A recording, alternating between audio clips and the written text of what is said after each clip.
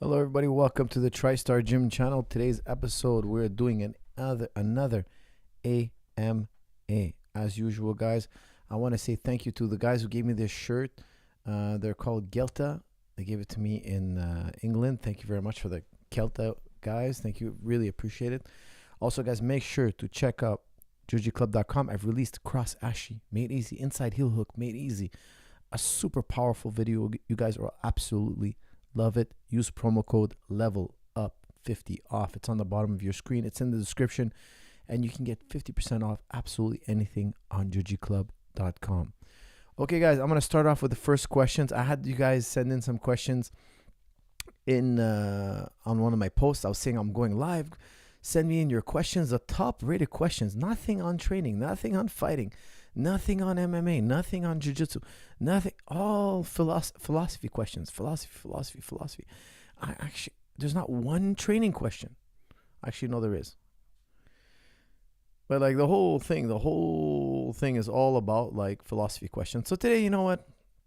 I normally always want to do something about fitness first, training first, something that's pragmatic.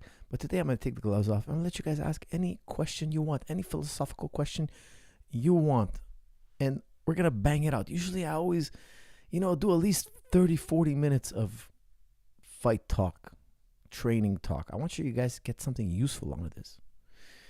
Like I said, it's philosophy is great, yes, but you always have to do something pragmatic before.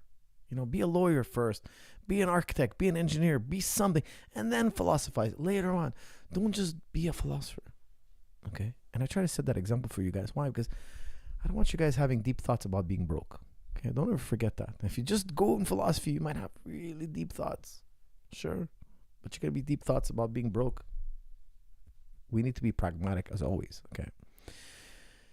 But philosophy does bring a very, very important dimension into our lives, and we have to face the music, and we have to ask the hard questions, and we have to contemplate them. That's what makes life worth living. True. But guys, let's start now. I'm going to let you guys ask any question you want. Let's fire away. I want to say congratulations to Andre Foreman starting theoretical physics in the fall. Andre, you're the man. Very, very impressive. Coach, will the UFC at the Sphere flop? It's so expensive. That's from YouTube commentator. I saw a headline, I was scrolling through my YouTube and my feed, and I saw a headline saying the Sphere might tank. I don't know how many people they can seat, but if it's not a lot, which I imagine it isn't, UFC tickets can be incredibly expensive. So we'll have to wait and see. What's your take on toxic foods?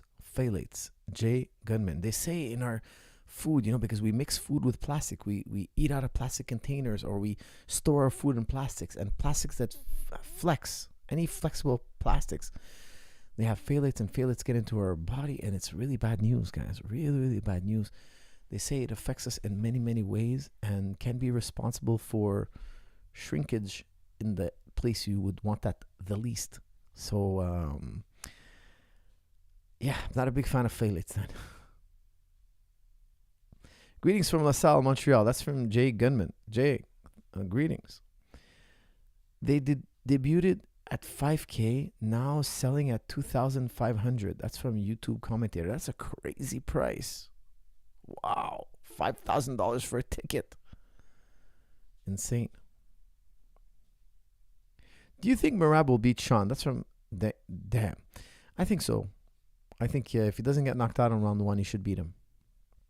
I think he will. I think he'll get the fight to the ground or just stay on his legs. Because the thing is with Merab, he just has an endless amount of wrestling effort. It just has a never-ending amount of wrestling effort. It's quite astonishing.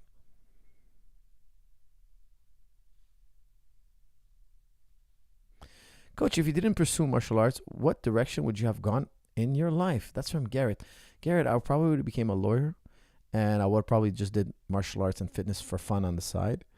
And I think I would have got heavy into law. And I would have did philosophy and logic on the side because that's what I love. That's my passion. However, I definitely think I would have became a lawyer. Which sport is the hardest to go pro at? BJJ, judo, or wrestling? That's from Doodle. Doodle, that's a very tough one. But I would say at the state it is now, freestyle wrestling is the hardest. Freestyle wrestling. Judo also. Judo is super tough, man. BJJ is gonna get there. It's just that there's not as much people doing BJJ as wrestling, I would say, and judo.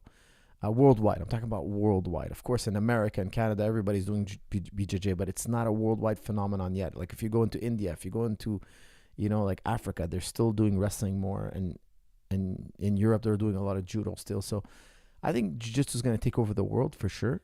There's no doubt. It's growing incredibly fast. However, I don't think competitively it's there as high as judo and wrestling.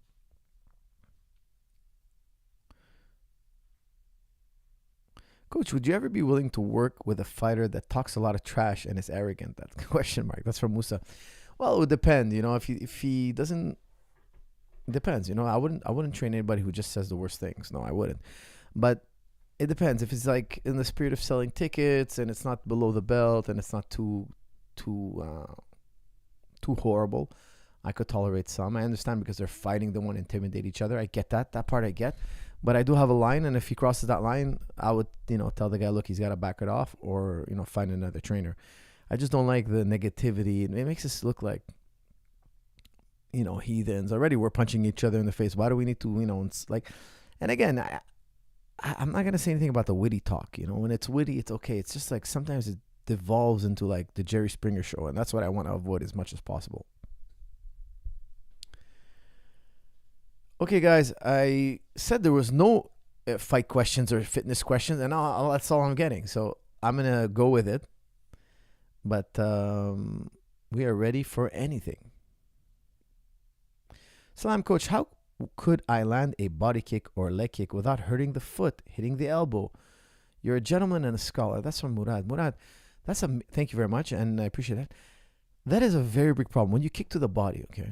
When you kick the body, you can snag the elbow. And I'll tell you something. If two structures collide, it doesn't matter which structure is doing the moving. Okay, if I run my fist into a wall, or I'm going to hurt my hand, right? The wall is stronger. It's a stronger structure than my hand. So if I kick you and a weaker bone touches your elbow, if it's not as dense as your elbow, it's my foot that's going to hurt. It's my foot that's going to break. That's why I got to kick you. If I kick you and I snag the elbow, I better hit the bigger part of my shin. So your shin starts with you have your foot, and then the shin is really thin here, and then it gets thicker and thicker, just like your forearm, right? The thicker part is more robust. It can take a elbow. Now, here's the secret to kicking the body, okay? Me, when I kick the body, I don't kick full force. It's not true. When I kick the pads, okay, when you're kicking pads, you go full force. You're training the muscles in your leg. You're trying to be more and more explosive. But when you're actually fighting, you don't have to kick full force. When you kick full force, and there's a time to kick full force, you kick full force when you feel like the target is open. I found it. I'm taking a risk. I'm going to deliver as much power as possible because I feel that I'm going to hit a soft target. You're taking a risk. You could really hurt your foot. Okay, now, when I'm not sure, I don't put a full power on the kick. I don't. I kick like 30, 40%, and I find the target. And if I hit the target 4 or 5 times, now I'm like, hey, you know what? The next one, I'm going to put a little more beef on it. And that's when I hit them hard. I don't believe in just like smashing your leg through the bone and all. You break your own leg. Okay, so when you hit the Thai pads, yeah, that's the time to go super, super hard. But then when you're sparring, you got to be a lot wiser. You got to be a lot smarter. And I find to avoid the elbow, also one major secret, one major element is the retraction. So I throw my kick out, but before it makes contact, I pull it back in. I pull my leg back. So what happens, it touches the target and it returns right away. Okay, so it's pulling the kick back. It's not just driving your leg through like a psycho. You throw your kick and then you pull it back. Why? Because when you hit them in the body, they all drop their elbow, right? They drop their elbow. When they drop their elbow, that's when they hit you in the foot usually. So I touch his body and I pull my leg out before the elbow can hit me. So I like to retract. I talk a lot about retracting. When you kick the leg, retract the leg faster than you throw it. Why? It creates a snapping effect, and it stops me from getting hit, right? I want to recover. I want to protect myself from getting punched, etc.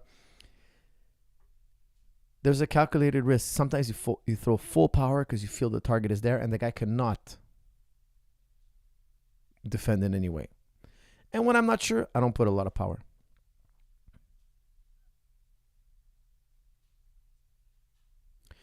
Coach, what is the use of MMA if weapons are so heavily weighted in combat? That's from one Adam.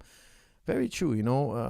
if you have a gun, my jiu-jitsu, my wrestling, my boxing is going to be useless. However, you have to live with the consequences of using a gun or a knife. Think about it. Imagine you take a baseball bat and you hit me over the head and I'm on the floor convulsing. Well, guess what? You might do 20 years in jail, you know? But if me and you, we get into a fight, we punch each other, you know, and I tell the judge it was self-defense and somebody says, no, you know, he started the attack. It's really hard to untangle that, you know? It's really hard to untangle that. And the judge might give you a, you know, community service or something. However, if you hit a man over the head with a bat or you shoot him or you stab him, it's going to be tough to convince the judge that you had to use such measures, you know, especially in Canada, you know, you get in a lot of trouble. So, and think about it. Let's say you do hit me over the head with a baseball bat and the police don't get involved. Well, guess what? I'm not going to forget about that. Like, people are going to come around. They're going to find out who you were. Like, your troubles aren't over. However, if we get into a fight and I kind of pin you and I kind of hold you down, I use my jiu-jitsu and I kind of like, hey, man, back off. And you kind of get the picture that I'm going to beat you up and I did it. And you could diffuse the situation. Once you introduce weapons, now we're talking about like serious crime. We're talking about escalating the situation. Like, are you going to kill the guy and get away with it? Maybe that guy's going to come back next day with a knife or a baseball bat or run you over with his car. Like, why would you want to escalate? You know, now we're talking about weapons. People are going to, you know, they're going to reach for their weapons themselves. You know, they're going to try to find you on another day. I just don't think it's wise. I think if you really have a problem with someone and you want to settle things, go into a boxing gym, go into an MMA gym, put on the proper gear, mouthpiece, and do it. You know, like, look, we have a beef. Let's go pay a day pass at this gym. We'll gear up and let's just box. Let's just beat each other up and that's it. It's done. It's done legally. It's out of your system and justice be served. But never, in my opinion, never reach for a weapon unless it's your life on the line. Like, you're like somebody broke into your house. Okay, then it makes sense. But, you know, some guy insulted me or whatnot, I ain't going to reach for a weapon. Okay, guys, we are getting a lots of messages. I'm going to do all super chats, but I'm also doing non-super chats as well.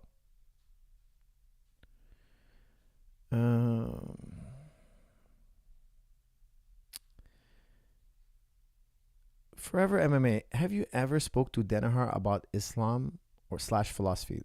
Yes, I have, you know, but those are private discussions, so I can't really publicize them here.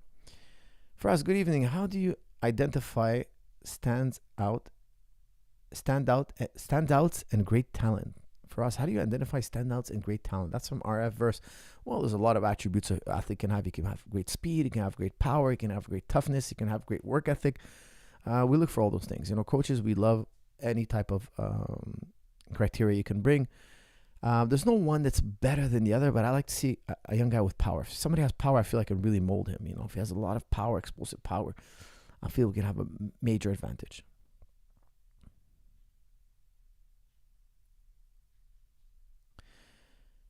Hi, Coach. I love your parenting tips. I'm becoming a father next year. Any tips for when the kid is an infant / toddler? ? That's from Brandon. Brandon, that's great news, man. Congratulations. I would tell you when a child is really, really young, like I'll tell you what I do with my kids. I would never tell them no. I would never discipline them. I used to tell my wife the first 2 years, I'm not going to discipline him. Okay. I know it sounds kind of weird. Okay. But I learned it from a great trainer. His name is Learberg. Fantastic trainer. Learberg didn't train humans. No, he trained the dogs. Okay. And he trained them in Shih Tzu. And I got to tell you, he's a fascinating trainer. He's arguably the greatest dog trainer in history. And he would say, look, he doesn't discipline the young pup. Why? Because if he disciplines the young pup, he can break his spirit. And you might think that sounds ridiculous, but believe me, if you see this man, how he trains dogs, it will blow your mind. Like the dog is like a robot. Learberg gives a command and the dog obeys. It's incredible how much control he has over his dogs. Okay, it's insane. And if you're not familiar with the sport of Shih Tzu, it's the greatest dog competition ever. Like the dogs have to be able to climb a wall. They have to be able to jump, catch, fetch. Like it's insane amount of ability the dogs will demonstrate. And he says, look, if I take a young pup and I train him, I need him to believe he's a champion. I need him to believe he's the alpha dog. He's the best. He's unbreakable. He says, I'm going to discipline him later. So the first 2 years, I just let him grow up and I never correct him. He could pee on the rug. He can rip up the couch. I'll never say no to him. I'll never correct him. And he says, because then he thinks he's the alpha dog. He realizes, hey, you know what? I'm first place. I'm the first. Don't forget, dogs are pack animals, right? What's my rank? Number 1. He's tasted the championship life. He's tasted, like, what's it like to be number 1? If he's born and you discipline him and you teach him he's number 2, he's number 3, he's number 4, hey, he's on the bottom of the totem pole, well, then he's like, hey, you know what? This is my life. You know, I can't achieve anything. I don't have this drive. Okay, he talks about drive. The animal has to think he's number 1. He has to have tasted what it's like to be at the top of the pack. Why? Because then when you take it away from him, he wants that feeling again. He has a North Star, so to speak. He wants to be like he used to, where he could do what he wants. Because don't forget, dogs, the higher rank you are, the more you eat, the more you enjoy, the more resources you get, right? They go by hierarchy, dogs. The alpha male eats the most, then it's the second male, the third male. Who's going to have the right to which female? Well, the top dog always gets the female, his first pick, etc. So they think this way, right? That's the way they think. But human beings are part animal as well. And I feel like I've met people in my life that they're very subordinate, always, their entire life. Like, they follow the rules. They don't want to upset whoever's in charge. Like, they're so corporate. They fit perfectly in the corporate system. Why? I follow the rules. I follow the rules. I follow the rules. They're not going to, they never deviate. They never rebel. Like, we saw it with the 1948, the COVID 1948. COVID 1948. I don't know if I'm allowed to even say that word. But guys, look how many I got raided by the police. I got fines. I got court dates. I got all sorts of stuff. They're like, they wanted to punish me. They wanted to punish me. Even YouTube flagged me. Even YouTube took out my videos because I said something. They kept trying to punish me. I still rebel. You want that in a person, I think. I think you want that in a person. I think because you know what? They don't let people step on them. Now, I like to follow the rules. Of course I like to follow the rules. I believe in law and order. I totally believe in that. I think it's the most important thing. However, sometimes those who govern step out of bounds, and we got to be ready.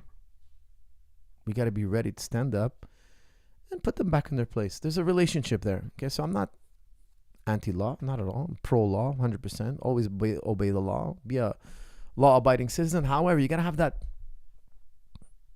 If you push me too far, I'll rebel in you. And you can lose that at a very young age, is what I'm trying to say. Don't over-discipline your children at a young age. As they grow older, they can handle more responsibility and more discipline.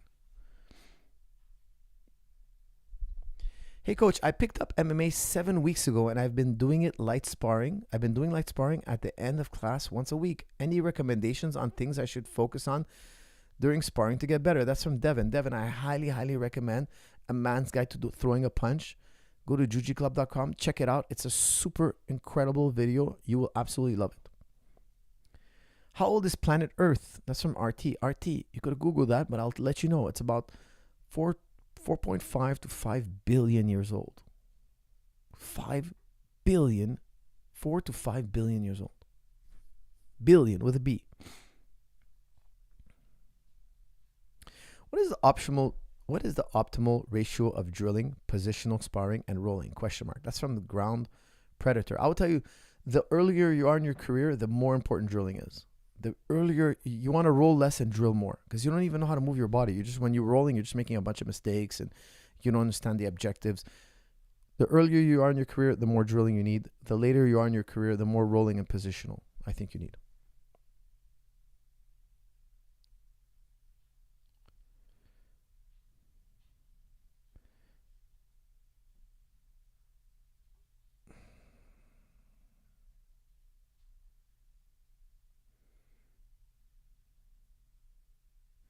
What do you think about club bells for shoulder and stability and mobility? That's from Harris Khan. Guys, club bells are incredible. I just personally use a sledgehammer. If you see strong and stable shoulders, my video, I use sledgehammer. Club bells are great if you can afford them, but I don't see the need of spending the money on them. If you like the look and you like, you like the presentation, that motivates you to do it. Me, what I do is I just use a sledgehammer. It's incredible for building shoulders and mobility. It is incredible. How can you philosophically justify your prophet being, oh my goodness gracious, taking more wives than other prophets? It's clear non-Muslims, he's a creep. Okay, guys, Devi's asking now a question, a very popular question, and it's really, you didn't put it nicely, but he's trying to say, look, in the prophet, in the medieval period, we have to ask ourselves, okay, this is what we call the historian's fallacy or presentism. Okay, he's making a classic error. It's called presentism. In the medieval period, how old were people when they got married? You have to ask yourself that question. Because now we're just cherry picking data. Devi's cherry picking data. Okay, look, this girl was married at a very young age. Well, I'll tell you something. All girls got married at that age. All.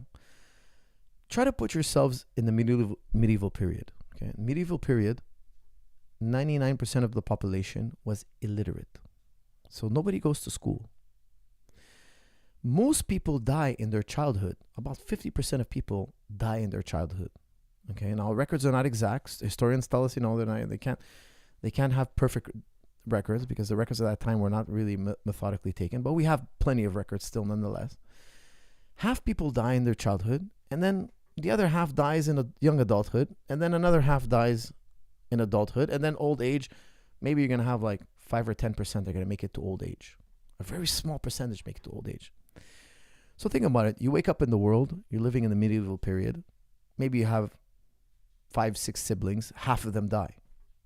What do you do all day? Well, it's all about food. At that time, it's all about getting food, acquiring resources, and staying safe. Like Thomas Hobbes said it, life was short, nasty, and brutish.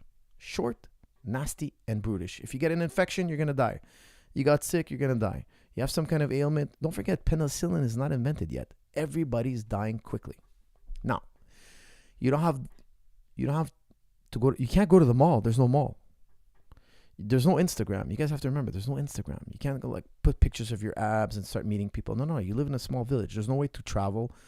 You don't have a huge society.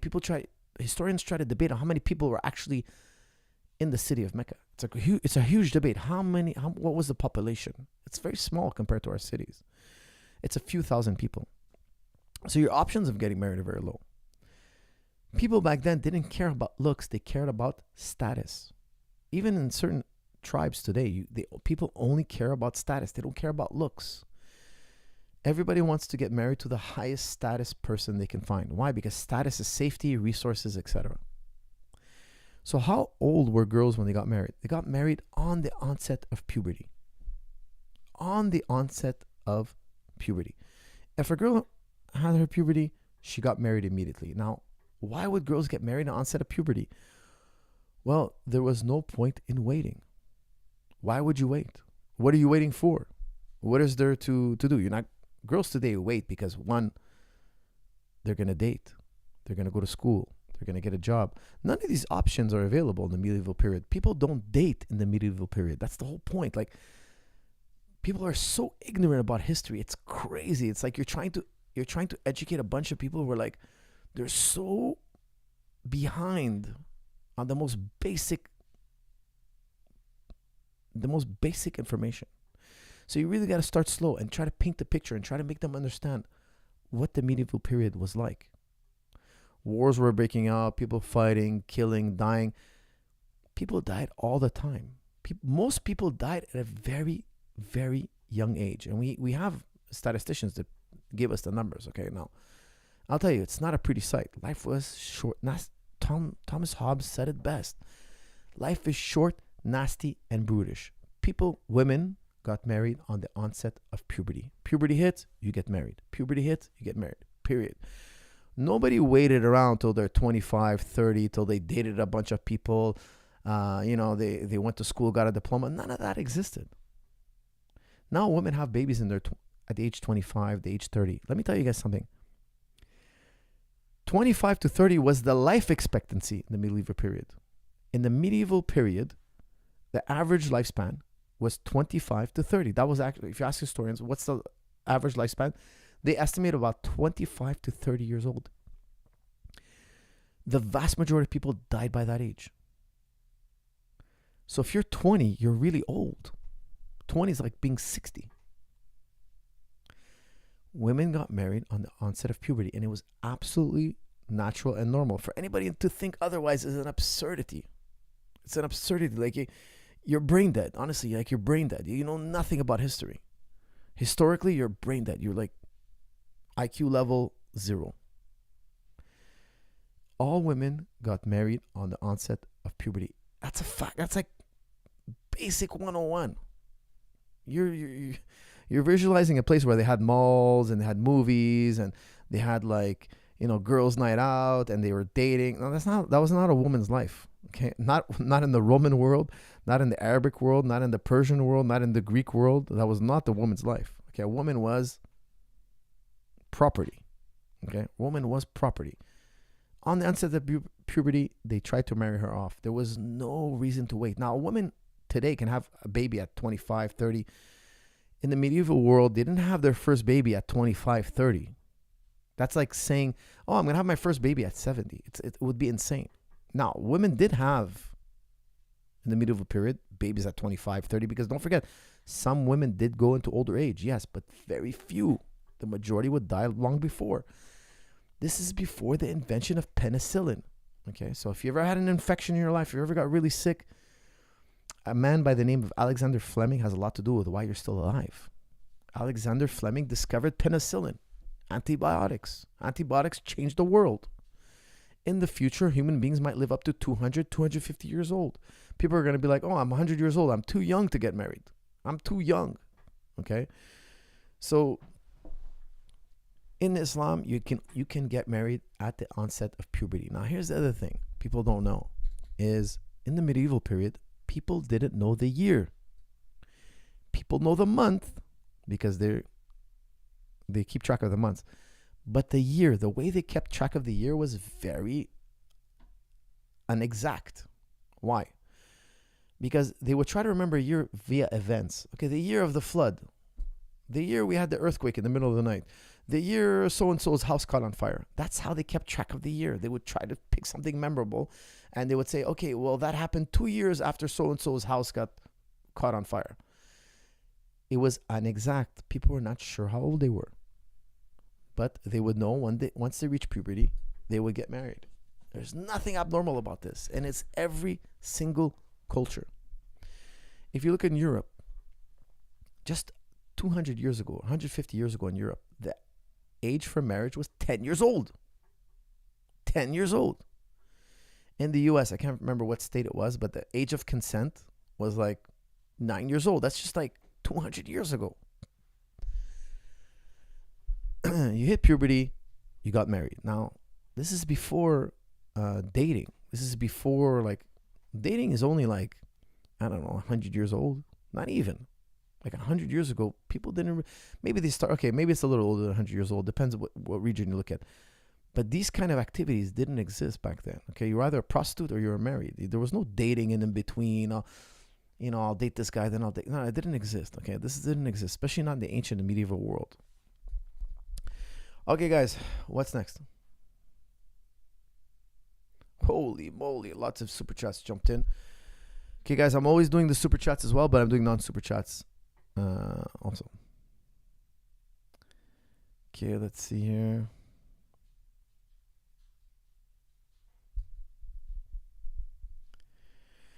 Hello, boss. Can you tell us about David Hume and his augmentation argument? How he made up all-powerful God and he was wrong? Thanks. That's from True Red Crime. Okay, I'll keep this as brief as possible, okay, because I've talked about this in the past, and we got a lot of super chats coming in. Guys, slow it down on the super chats for now because I got to put this one away. Okay, guys, here's the thing. Okay, Hume was very astute. Okay, he was a very smart guy, very intelligent guy, and he said, look, before you have anything in your head, you got to have it in your senses. Okay, so if you were living in a black and white room your entire life and all the books I gave you were black and white, you would know nothing about the color red. Now imagine you're born in this room, all the books you have about the world outside of you, they're black and white. You've never seen color. Then one day I opened up the door, I let you out of this room. Don't forget, you've been in this room your entire life. and I show you a red rose, and then boom, you understood about the color red. You'd never seen the color red before. Now that you saw the color red, you can take the color red from the red rose in your mind, and you can mix it up with anything you've ever seen. So maybe in that room you were living in, you had a black and white desk. Now you can picture a red desk. You can mix desk with red. You can marry them together, and now you have a red desk, even though you never saw a red desk in your life. So remember, you were in a black and white room. You had a black and white desk. You've never seen a red desk in your life. You've never seen the color red. So you can't imagine. You could not imagine a red desk. Okay. When we ask blind people today, they're blind. We ask them what they think about the color red. They have no idea what we're talking about. If they were born blind their entire life, they're like, I don't know what red means. They have no experience with red. Okay. So Hume tells us, look, if you open that door and you look outside and you see a red rose, you're going to now know the color red. You've never seen a red desk, but you can imagine now a red desk. I've never seen a red moon, but I can imagine a red moon in my mind. Why? I've seen the color red. I've seen the moon. I can marry them together. Okay, that's why so many philosophers say, look, you cannot have an original thought. Santa Claus is a man plus a sleigh plus a reindeer plus flying. All these things you've experienced, and then when you jumble them together, that's something that doesn't exist in the world. Santa Claus, okay, doesn't exist.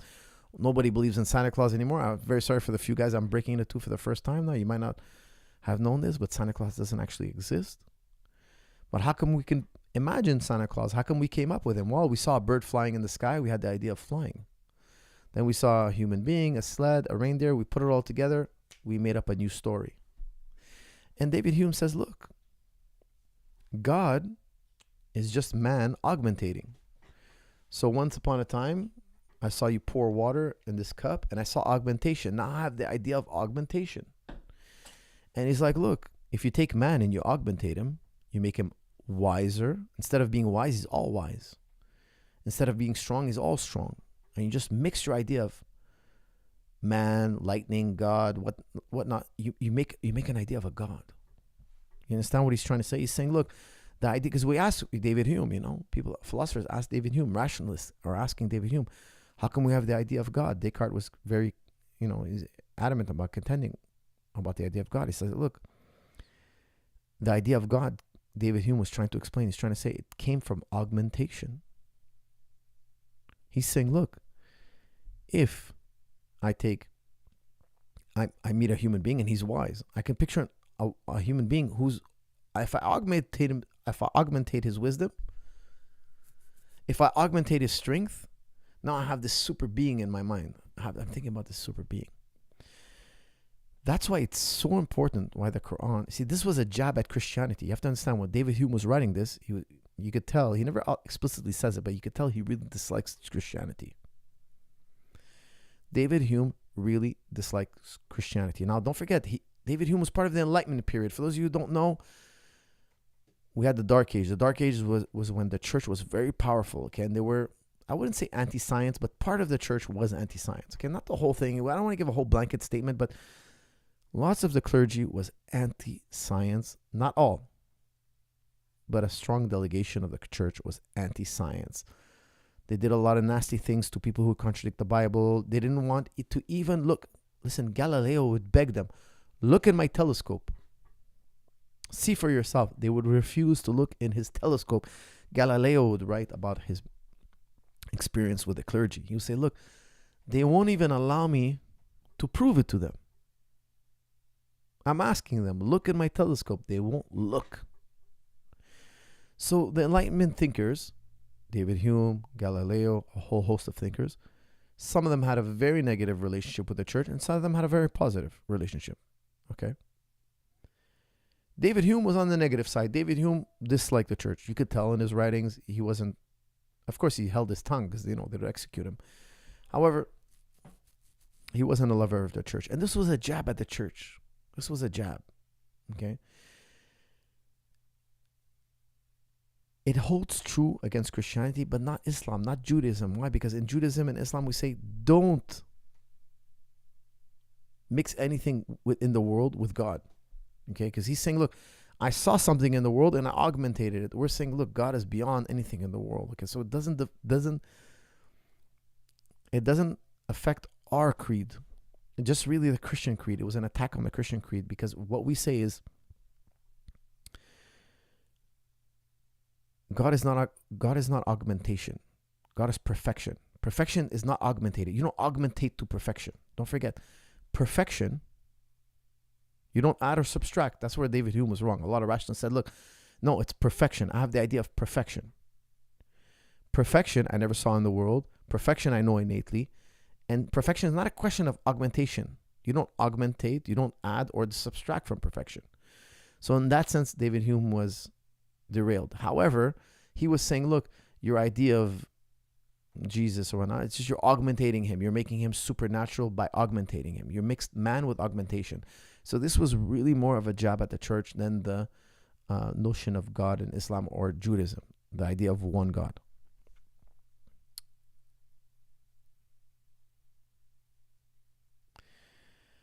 Okay, guys, let's see here. Coach, I disagree about your assessment of Destiny and Finkelstein. Finkelstein made no attempt to have a serious conversation. Also, I feel your PhD friend didn't do good job either. That's from CK98. Well, I'll tell you something. I really have to disagree with you really, really much. I don't think you understood CK98. I don't know if you understood the conversation. There's a part where, and I say this all due respect, okay? Destiny is a smart guy, but he really doesn't know the situation. I'll tell you something. I'm not an expert in the Middle East, okay? I'm not trying to pass myself as an expert in the Middle East, but a lot of times when they say stuff, I research it, I Google it, and I can tell you something. I know a lot about the Arab world, and this is a particular sliver of the Arab world that takes a whole lifetime to study, okay? Finkelstein, as you want to pronounce it, he spent his whole life on just this one area of the world. Like, I don't think you guys understand the level of respect this man has from historians. He's a legend. He's a legendary historian. Now, I'm not trying to make an appeal to authority. I'm just telling you, like, imagine I brought you the best doctor, and I'm telling you, this guy's about to tell us something about medicine. Let's not dismiss him so naively. Because this man has been debated. He's written papers. He's written books. He's cross-examined everybody on the subject. He's looked at every single ounce of evidence. Okay. Now, there's one part in this conversation where Finkelstein and Destiny are colliding. Okay, they're clashing.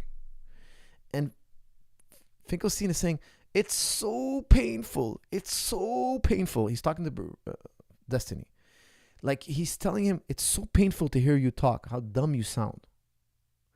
Now, why do you think the number one authority on this subject is saying that to Destiny?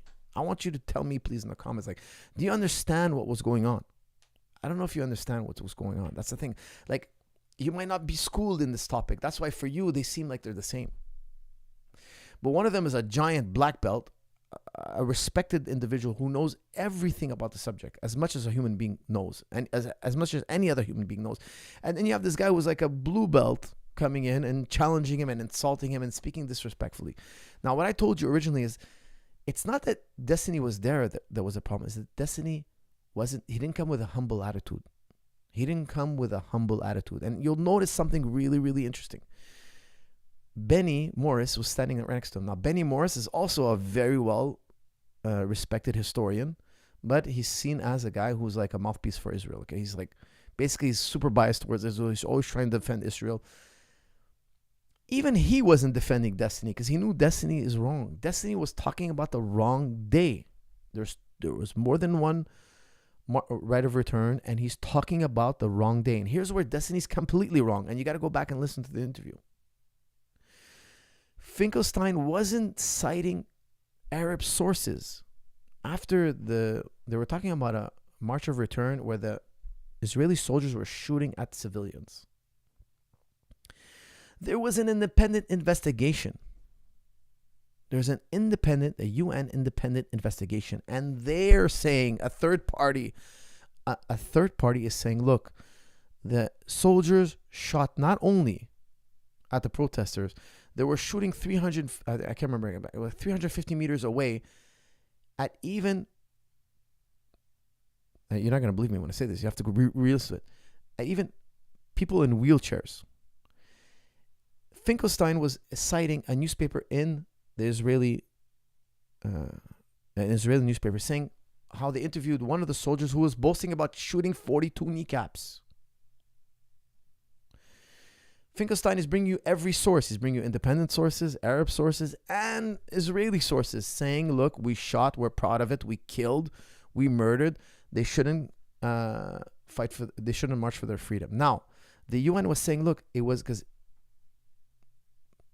Destiny was conflating with another event. That's why Finkelstein was saying it's so painful. It's so painful. You don't even know what event we're talking about. And in that event, the one where they were murdering innocent people, he says they killed reporters, they shot people in the stomach, they shot people in the head, they murdered. The UN is telling us this. Their investigation is telling us, look, the soldiers, Israeli soldiers, were shooting at peaceful protesters, and they described the protests as overwhelmingly peaceful, meaning they didn't come with weapons. They were just marching, saying, we want to go back to our homeland. We have Resolution 194. Things that most people don't understand. The whole world, the whole international community has come together and decided that the Palestinians have a right of return. Okay, they were wrongfully massacred and expelled from their properties. Imagine you own a home. Imagine you own houses. And people come and steal your home. They kick you out of your home. Won't you go to court and say, hey, that's my house, I belong there, put me back in? The court says, yes, you're allowed to go back in. That's your home. That's your property. And then guys with guns say, well, too bad. We don't care what the courts say. That's what's going on. No amount of yelling and screaming that Destiny does or says will ever change that. Don't take my word for it. Google Resolution 194. Where did they come up with this? Judges from all over the world, an international body is telling you these are war crimes. This is illegal. Now, if you can't understand that, I just think you're completely 100% biased. Like, if the whole world came together and said, look, these Arabs stole something, I'll be like, look, the Arabs stole something. They're wrong. Even though I'm Arab, I don't care. They're wrong. It's not right. It doesn't make sense. Stealing is wrong. I don't care if I'm Arab and they're Arab. I'm going to tell them straight to their face they're wrong. Like, if my own brother stole something, I tell them, hey, that's wrong. I find people are just so biased. They know it's obvious to them, but there's a cognitive dissonance. There's a extreme bias. They're going to go into a dark place in their mind and just going to lie to themselves.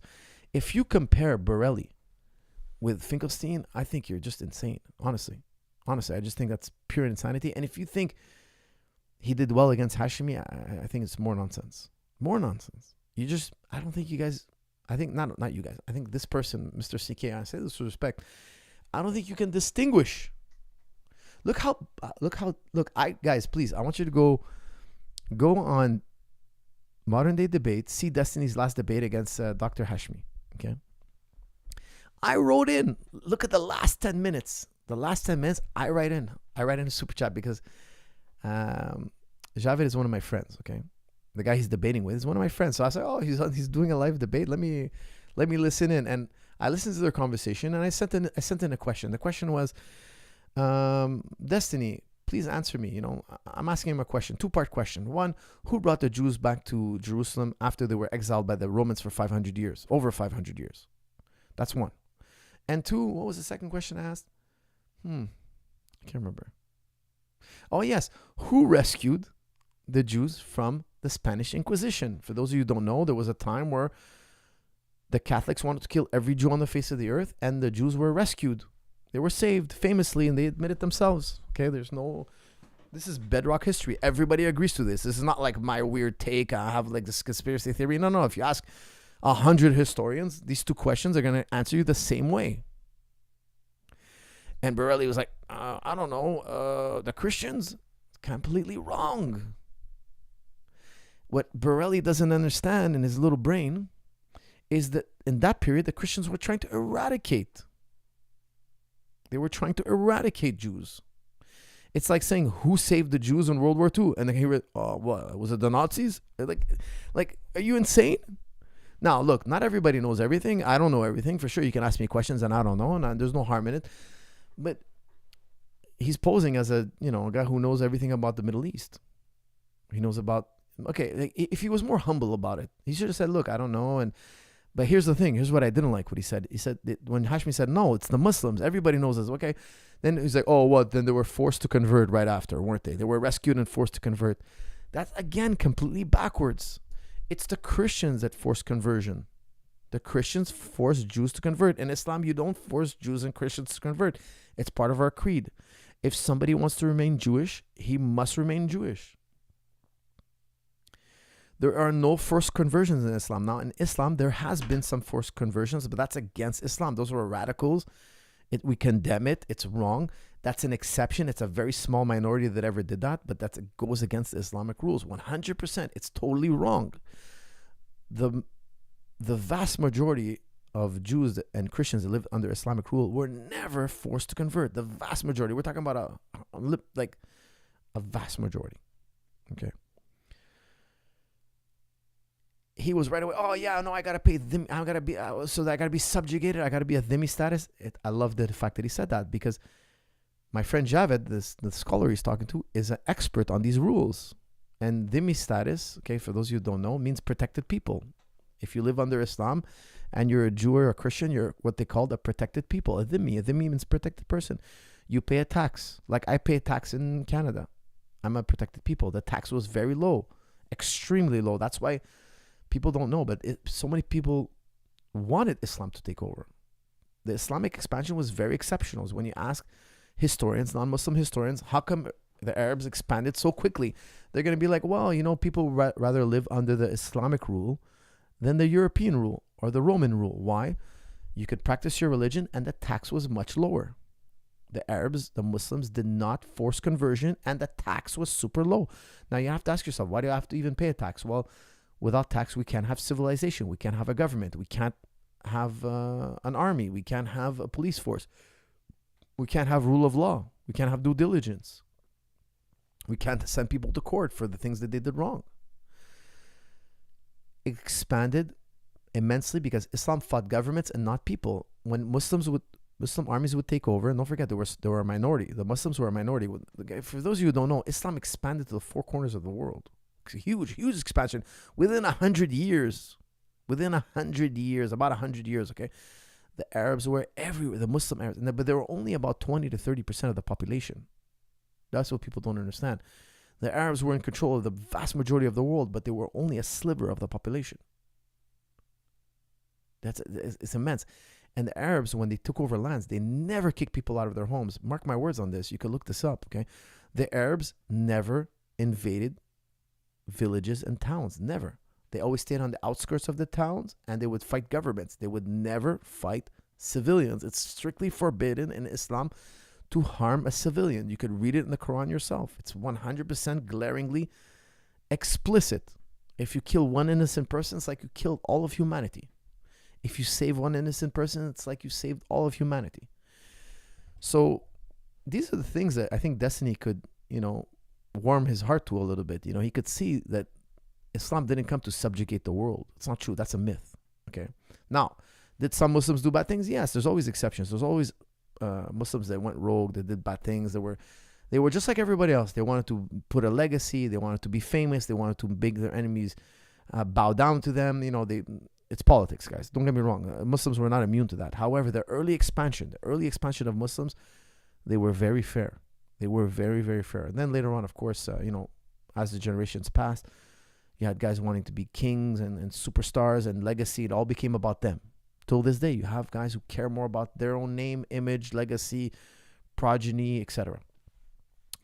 But the very early expansion, the one that was the most successful, was actually done correctly. That's why we call them the four guidely righted caliphs. Okay, the four first leaders that were rightly guided, that did things the right way.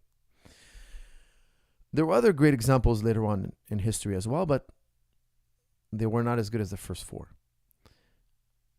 I would recommend CK98. I really recommend you go listen and hear what they say and research it. Don't just like, oh, it sounds cool, a good song. No. Get deep in the topic. And to say that Finkelstein didn't do well with Destiny, it's like saying Mike Tyson didn't do well with that fat schlub guy at the bar. They sparred and Mike Tyson didn't rip his head off because he didn't want to kill him.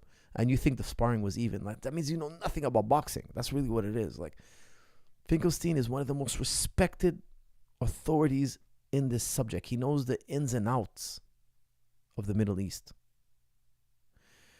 To say that Destiny even understood what was being said at the table is an overstatement.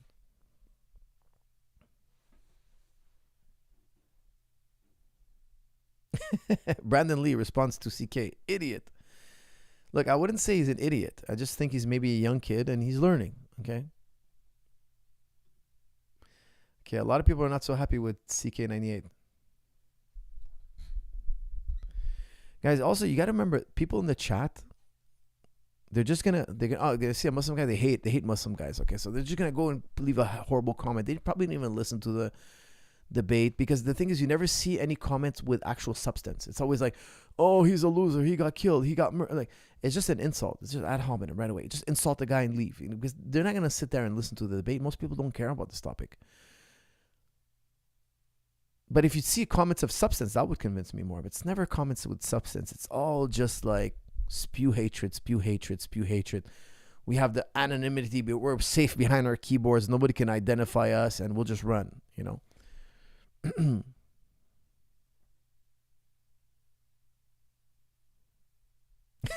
Guys, don't kill CK too much. I'm sure he's just a young kid. Mr. Benelli, please stop it. It's so painful. I wish I could bring it up, the soundbite. Oh, but that was hilarious. It's so painful. It's so painful to hear you talk. The stupidity. He nailed Destiny. He was like, the stupidity that comes out of your mouth.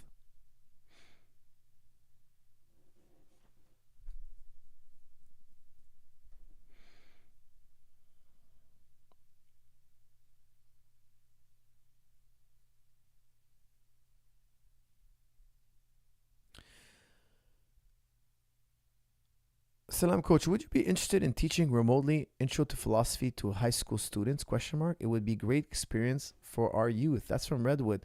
Redwood, I would love to, but I just can't commit the time to it. And I hope one day when I'm an old man, if I can't wrestle and do jiu-jitsu anymore, if it ever is the case, I think I would probably take a teaching role in the school.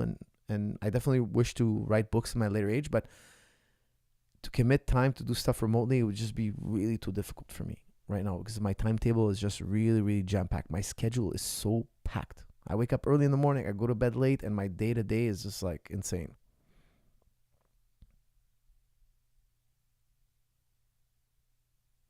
How much tax do Muslims pay compared to non-Muslims?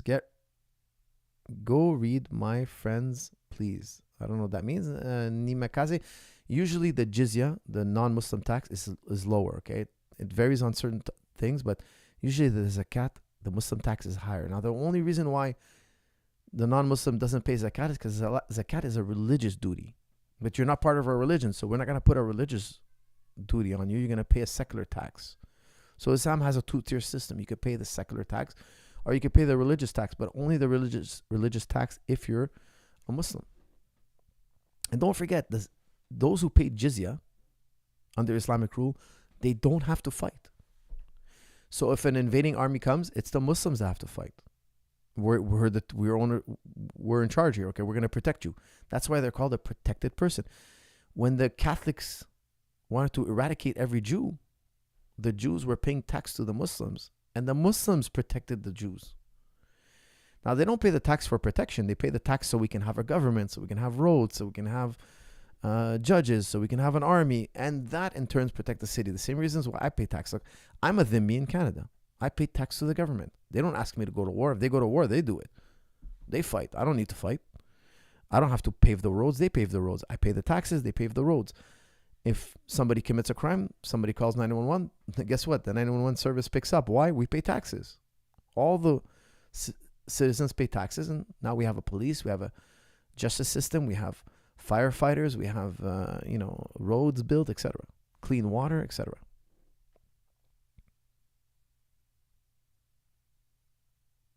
And don't forget, in Islamic jizya, if you're old, you don't pay tax. If you're too poor, you don't pay tax. Like, there's 1,001 reasons why you don't have to pay the tax. Like, if you have any type of excuse, you don't pay the tax.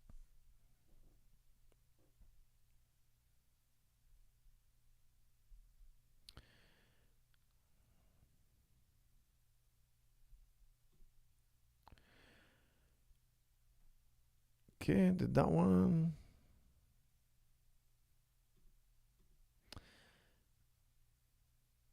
John Wick, please read my super chat on depression. Damn, I missed your super chat on depression.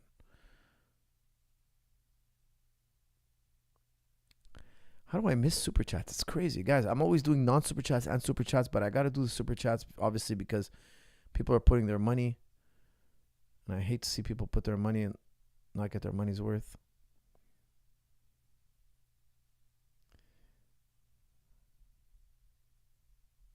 Man, CK98, you're getting killed in the comment section. Now you know how it feels like.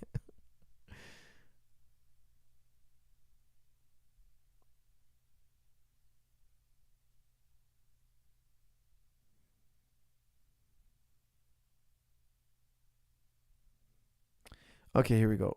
What are you doing? Would you mind telling us what you are looking for at each belt in BJJ and your MMA belt system? Question mark. What should the main focus be at each belt? Thank you, sir. That's from Alex K. Alex, great question. I'll tell you, white belts and blue belts, I tell you, you have to perfect your guard. And when I say guard, I mean passing and bottom position. Okay, so guard is butterfly guard, De La Hiva, all of that, both passing and attacking. It's all about guard. I hate when I see white belts and blue belts doing back escape, back escape. Why would you learn back escape? Are you going to go in a fight and give the guy your back? I'm not a big believer in doing all sorts of mount escape, back escape, side control escape. I think you should do a very little amount of that. I think 80% of your training should be guard. Guard, guard, guard.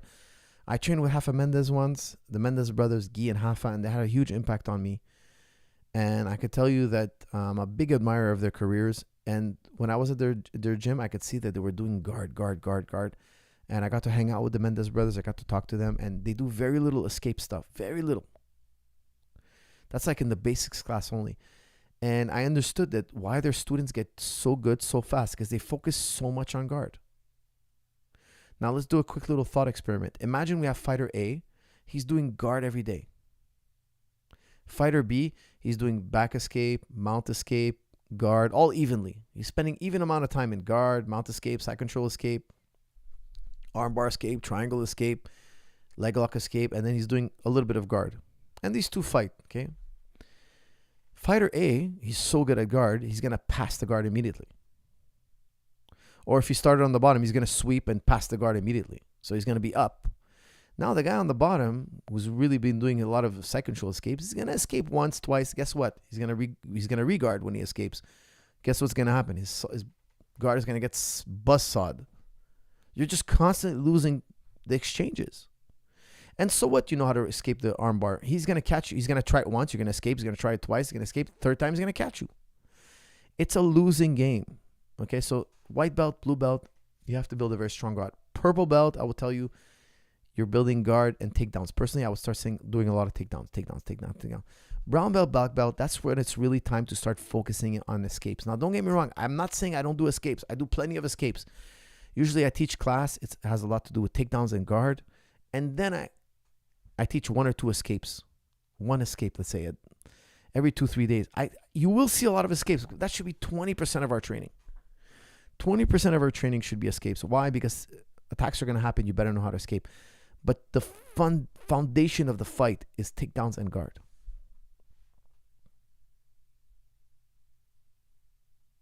Slam coach, why do some cultures have such high rates of fatherlessness? Question mark. Even though our dean tells us that our importance of family, how can one break the generational curse? Shukran, coach. That's from Lukman. Lukman, you're a gentleman and a scholar. Guys, I've talked about this in the past, so I'm not going to spend too much time on it, but the poorest cultures, the cultures with the most crime, the most violence, are fatherless cultures. Fatherless cultures. You know, some communities, some cultures, they have a lot of, like, I'm not a big lover of rap music, you know, because I find like rap music is poison, man. Poison. In poor communities, imagine you're listening to shoot, kill, steal. I got my money by killing, pimping. I got this, I got that. Look how much money I have. Bling, bling. How did I do it? Gun, stealing, murder, rape. See these Women over here, I had 5 of them. Oh, this one I discarded her. I'm trying to be nice here, guys. Is that fun when it's your sister being discarded, your mom being discarded, your daughter being discarded, like used and abused? And is it fun when it's your son being shot because he had nice brand new shoes? Like, what a poisonous culture. What a poisonous culture. And any culture can fall victim to this. You see, in Arabic, we have an insult. Okay, the Arabs, we say, Ya akrut. Ya akrut. You know what akrut means? It's an insult. If I call you an akrut, if I walk up to you and I say, you're such an akrut, I'm calling you a pimp. And that's an insult. In America, what's up, pimp? Oh, this guy's, that guy? Oh, yeah, my friend, he's a pimp. That guy's a pimp. I'm complimenting you. In the West, it's a compliment. In the East, it's an insult. In the East, you're an akrut. You have no morals or scruples. You trade women. You buy and sell human beings. You have no soul. You have no honor. You have no love for a human being. In the West, oh no, this is you're a capitalist. You're good. You're making money. Masadi. It's amazing how diverse the cultures can be. I think rap music is a poison for certain cultures, a major poison. Like, I get it. It's art. It's poetic. And I don't mind it if the guy's being truthful. If he's saying, look, I lived this life. I had this kind of experience and I'm trying to, he's rapping about his life. I can sympathize with that. But a lot of these guys are fake liars. It's theater. Now, the young kid doesn't understand better. He doesn't know better. He thinks, these guys are my heroes. This is how they did it. They got guns. They sold drugs. Some people are falling into the theater and they think it's real. Now, I'll tell you something. I could tell you that that's a fact. Some guy makes money playing a part and then some kid suffers time in jail and the real life consequences because he thought that guy, that's how he made it. He didn't make it that way. He wasn't, that's not how he made his money, There's a lot of theater going on, and I think young kids are obviously highly, highly influenced and make stupid decisions.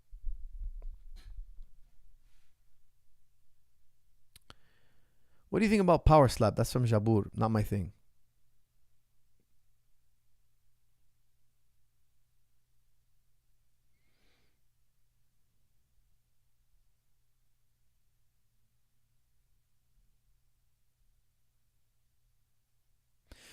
John Wick asks, Coach, what's your opinion on clinical depression? ? There is currently no cure for it. While we wait for the cure, what do you recommend to alleviate because people who have it can't perform basic tasks? That's from John Wick. John, look, I'm not an expert in clinical depression, okay? I'm not an expert at all. Now, have I ever felt down? Yes. Have I ever felt like, life is not so good? Yes. Okay, it's part of life. Now, you might be having a totally different experience than I am. I don't know exactly what your experience is. I'm not familiar exactly what clinical depression is. I'm not sure if there's a chemical imbalance or your receptors or whatnot. I don't know any of that, so I'm not going to comment on that. However, I will tell you that generally speaking, for the general person like me, okay, and I can't comment on your situation because I really don't understand it. When I'm feeling down, I don't feel so good. I just try to remember how grateful I am for the things I have. I try to flip my thoughts. I try to tell myself, let's say I didn't get what I wanted or something didn't happen the way I thought it was going to happen and I'm not feeling good about it. I come home and I'm not feeling good about it. I start to just remind myself, okay, and I always believe there's another day. Whatever happened, that was just one page in the story. It's not the whole story. It's not even the chapter. It's a page. Tomorrow is going to be a bright day. Tomorrow I'm going to build again. I'm going to start all over. I'm going to move forward. It's never over. That's the mentality I think you have to have. And secondly, I take a pause and I try to remember all the things I'm grateful for. Wife, kids, health, I do what I love, etc. Whatever it is you can find, even if it's the smallest thing. Try to play that narrative in your mind, how lucky you are, how fortunate you are. Be grateful. Be grateful for what you have because it's so easy to overlook the things you have. You know what? Oftentimes I think about the Palestinians. When I think about the Palestinians, what they're going through, their children are being killed, they're being pushed out of their home. I tell myself, I have nothing to complain about. Then I just I change the channel immediately. But you really got to immerse yourself and put yourself in their position. Every day we see them getting killed, children dying, burned alive. I just, I don't want to click on the video, but I have to, because I have to hear their story. Like, I feel like I'm a coward if I don't. I should know. It's an ugly side of humanity, but I gotta look. I gotta see what's going on. I gotta help fight this. And I saw a video of 2 children burned. The mother was burned. 70% of her body, surface of her body was burned. Burned. They were in a refugee camp. They're trying to get away from the war. They have nothing to do with this war. They're caught in the midst of an explosion and their bodies are burned. They have no anesthesia, unlikely to survive. They're going to die a slow and painful death. I'm going to complain. I live in the best world. I live in the first world country. No war. I saw a kid the other day crying. Oh, they killed my father. He was crying. And the lady's like, it's okay. It's like, we're going to the beach. Is it safe there? And there's nowhere safe in Gaza. There's nowhere. And they're like, yeah, if you go to the beach, take your sister and your mom and you're going to be safe. And he's a young kid and he's crying and he's terrified. How cruel the world is, my friends. How cruel the world is. How despicable and cruel the world is. And this is all about world leaders, their egos. It's all about their egos. They're ready to kill children. They're ready to burn children alive for their egos because they can't live together. Why? Ego. They think that this label should be on this territory. It's insane.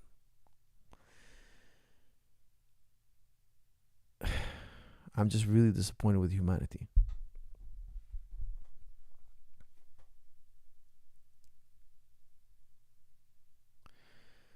Poho, hey coach, would you have an opinion about getting medicated stimulant for ADHD symptoms? Very poor executive function, effective work, namely. Very poor executive function, affecting work, namely. Got a prescription from my family doctor, but I'm feeling hesitant. That's from Poho. Poho, honestly, I don't know much about those drugs. I've never taken them. But I believe I've heard that like they give you like a hyper focus and they like make you think at another level. But I would tell you, you really should do your research. Second, like what are the secondary effects? Honestly, I'm not an expert in this at all, but I wouldn't even trust my doctors because I feel like doctors have an incentive. They have a monetary incentive. Excuse me, little burp there. I would do a deep dive. I would go on forums, people's experiences. I would do a deep dive. I would look for double-blind studies. And even then, I wouldn't trust it because the people who are funding those studies probably are inducing, they're inducing the results that they want somehow, some way. Okay, a lot of science is backed by money and they want a specific answer and they're going to get it. So I'm very skeptical of the medical, the drug industry. Extremely skeptical.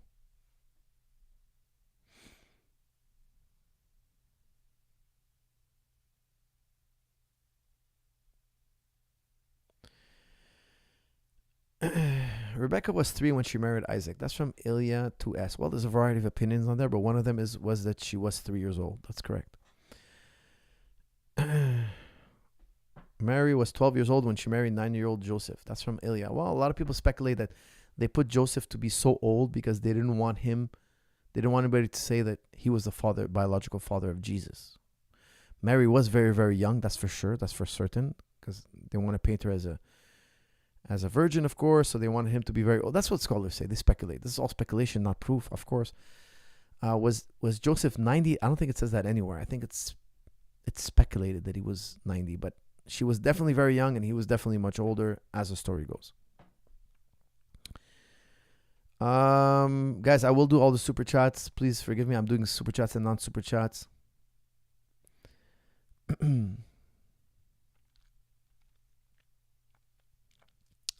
Guys, don't forget, I'm due now to do a reaction on a debate / conversation or whatnot, like I did years ago with Sam Harris and Peterson. Please leave in the comments section of this video which one you would like to see me review. Pick a famous discussion or lecture, and I will play it on this video. And I'll do a reaction.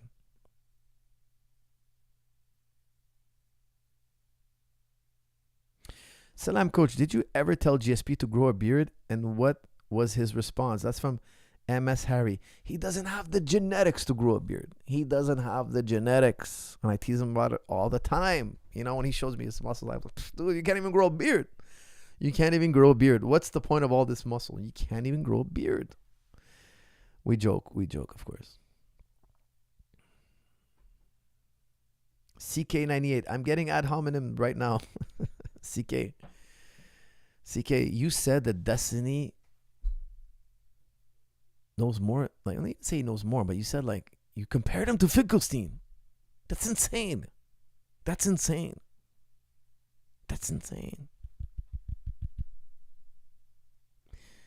Destiny's there on his iPad and, like, researching things. And this guy, he's been doing it since before Destiny is born. Finkelstein reads the reports. This guy's Googling. It's insane. Please break down Professor Dave versus Muslim creationist vid. That's from Adam Rogers. I tried to play a little bit of it. It got too boring.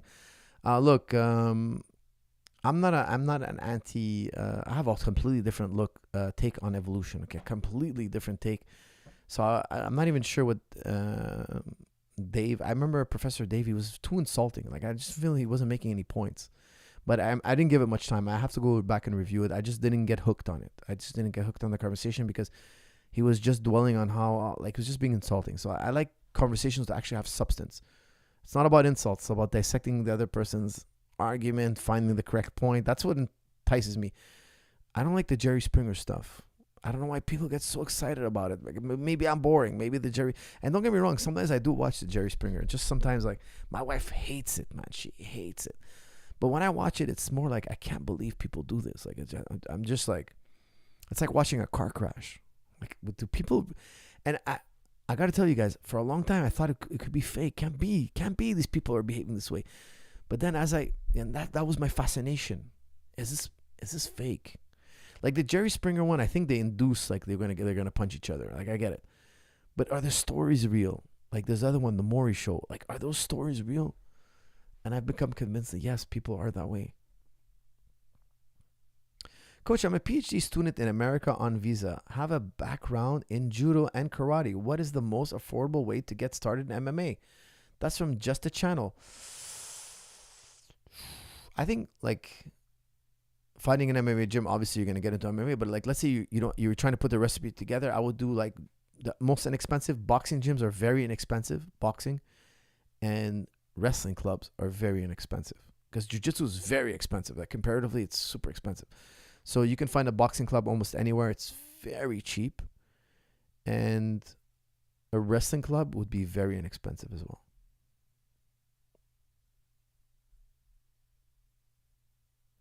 Coach, I have a mild meniscus tear. Should I do strong and stable knees for it to get better? Or should I do surgery? Blessings for you and your family. That's from Hassan. Hassan, I personally don't do surgery. I had both knees tear at different times. One I did surgery, one I did rehab. And they're equal, okay?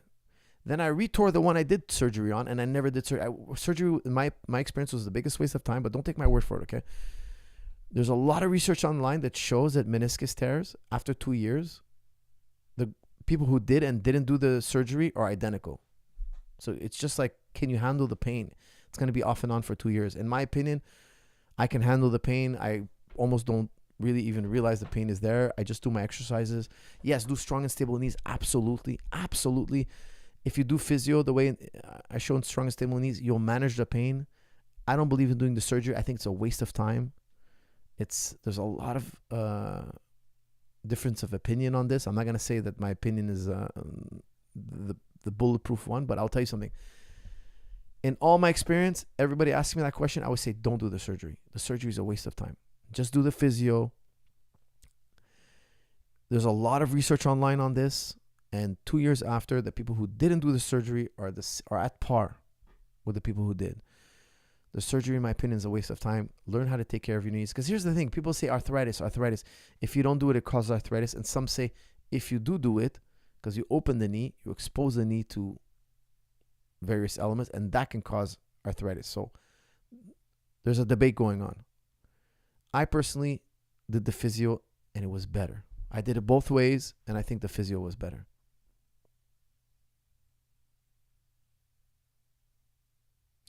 Which division in the UFC is the most interesting for you at the moment? Question mark. That's from Don Kravis. 135, 155, 170, 185. All those equally.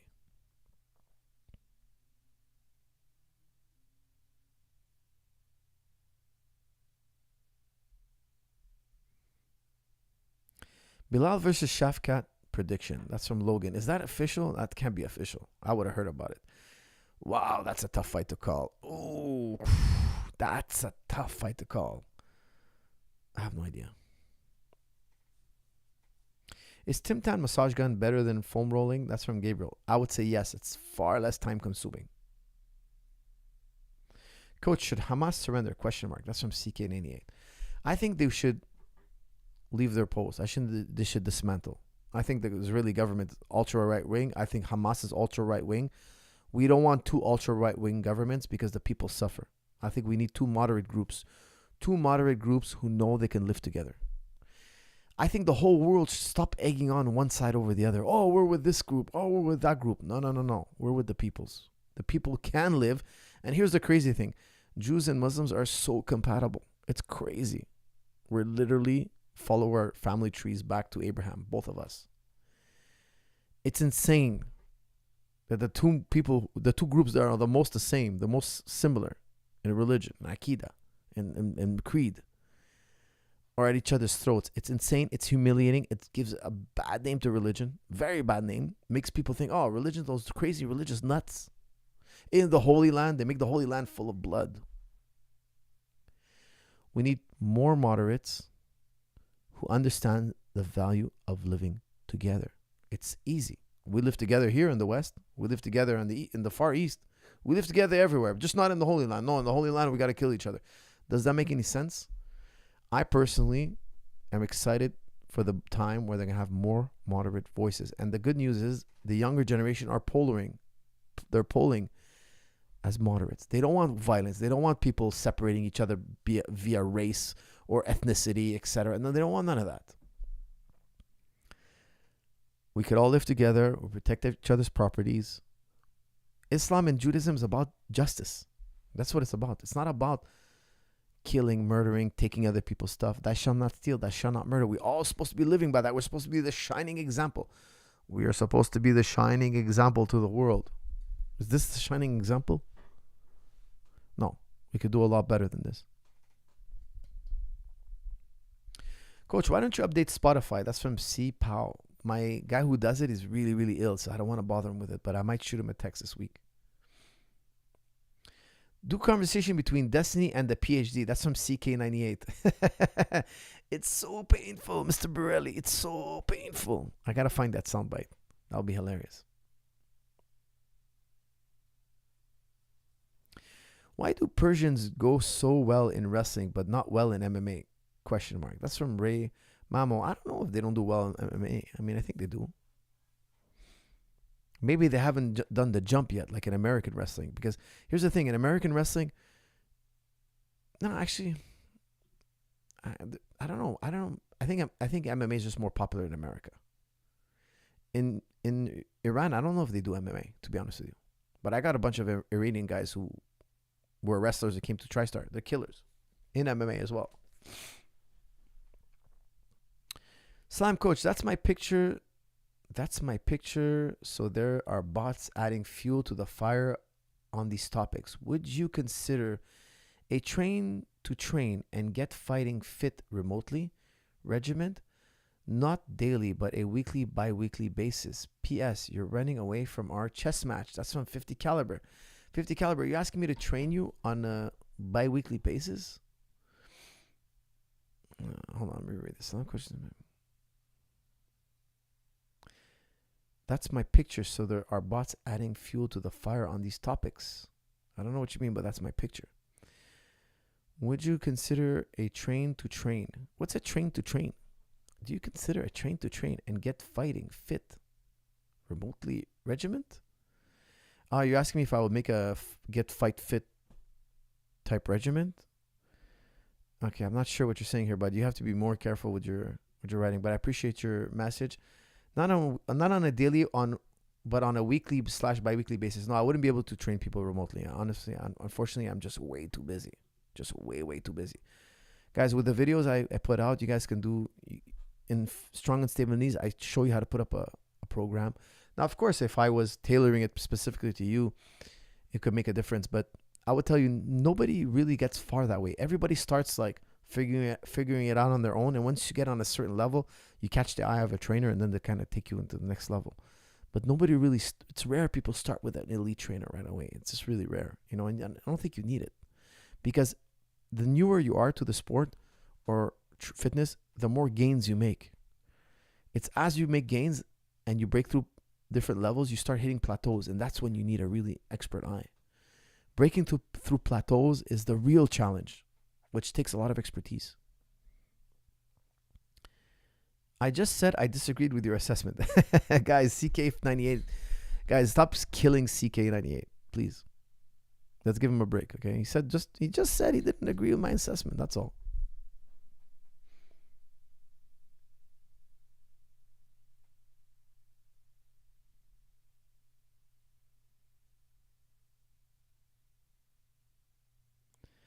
No one gives CK any attention. He's rage baiting. I don't know what rage baiting is, but that's from Ya Boy.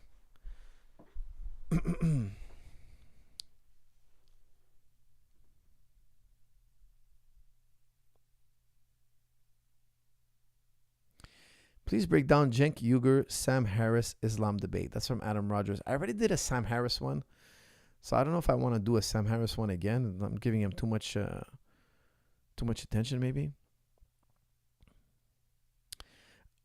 Assalamu alaikum, coach. As someone fighting out of Palestine and adamant on training in my ethnic land, why do you think there is a lack of Arab fighters and champions in UFC besides Bilal? That's from George.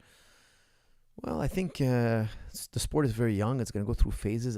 The Arab world is getting into MMA. You have like Desert Storm. You have some shows in EAU, and I know EAU, the United Arab Emirates, they want to make it their official national sport eventually. So I think you're going to see a wave of Arab fighters in the future. It's just very young still in the Middle East. It blew up first in Brazil, then it came strong in America, and now it's kind of sprinkling around the world. And I think the Arab world is also.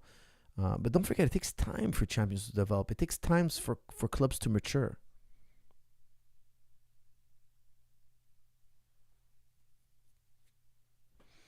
Jerry Springer was fake, was comedians. Maury also fake. That's from James Villeneuve. I think some stuff was fake, exaggerated, obviously, but I think some of those stories were real. It's kind of like, shocking.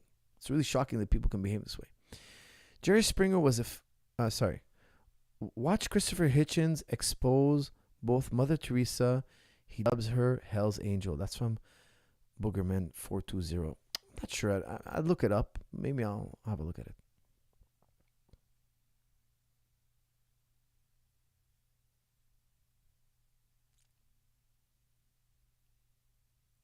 How many hours of sleep do you get? Is 5 to 6 hours enough? That's from Legendary JX.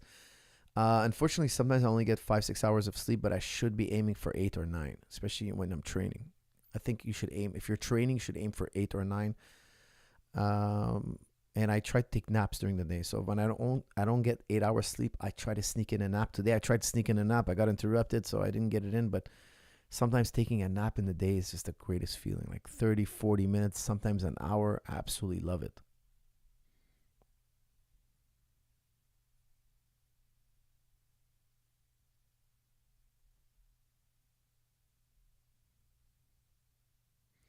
Actors came out and said Jerry Springer is fake. I'm sure a lot of it was fake, man. I'm sure. But it can't all be fake. If it was fake, if all of it was fake, those are some great actors.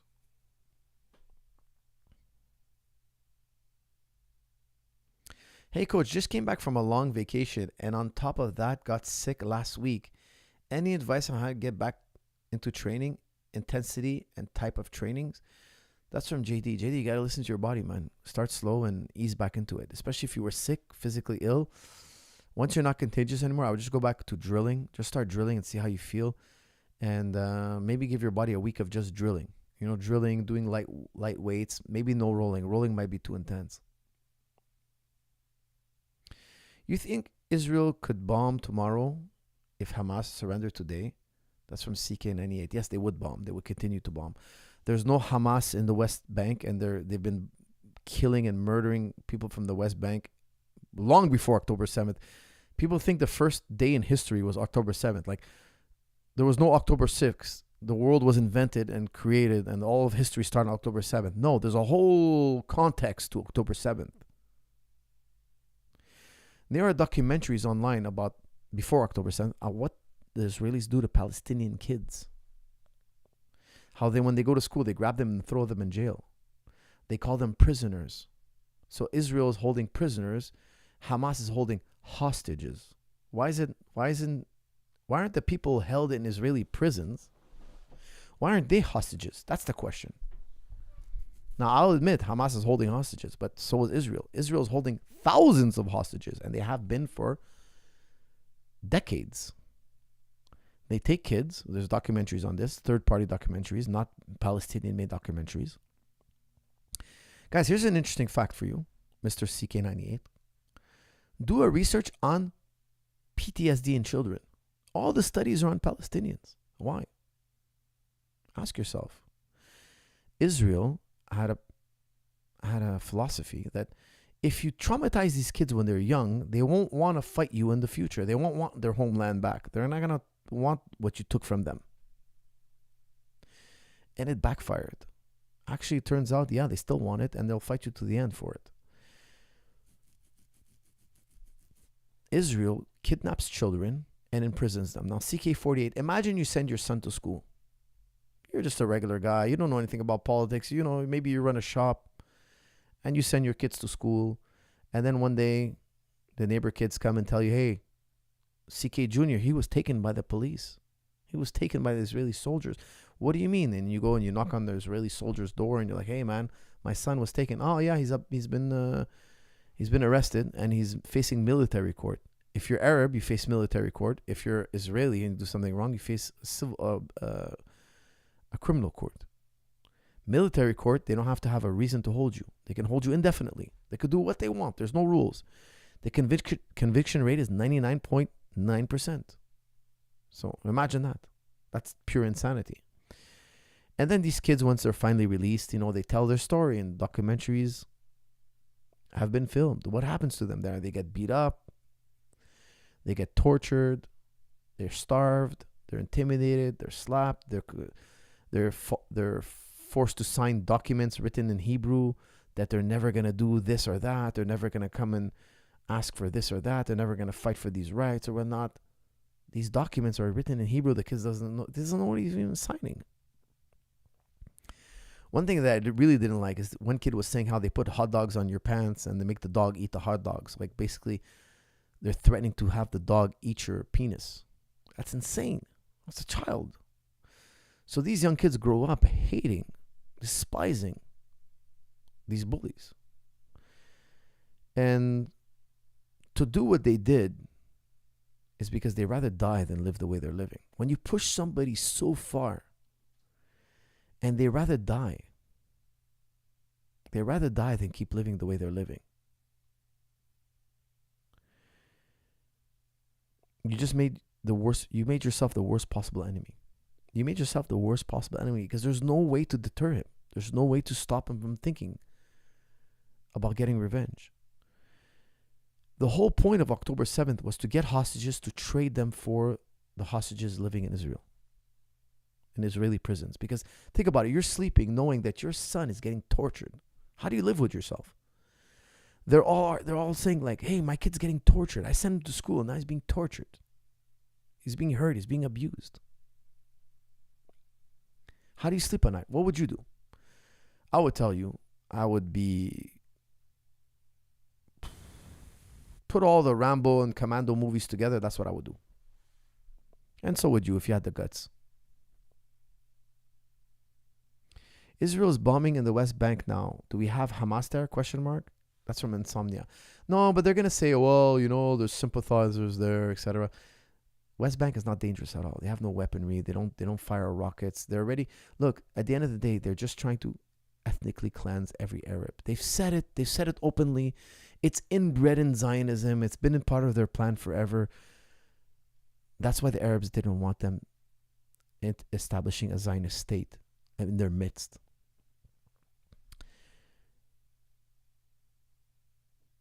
Look, they admit it openly. They brag about it.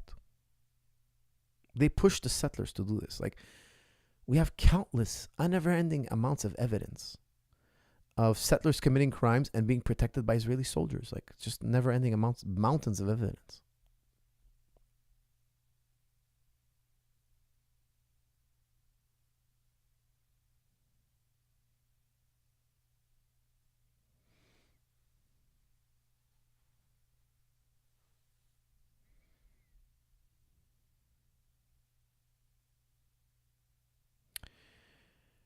Okay, guys.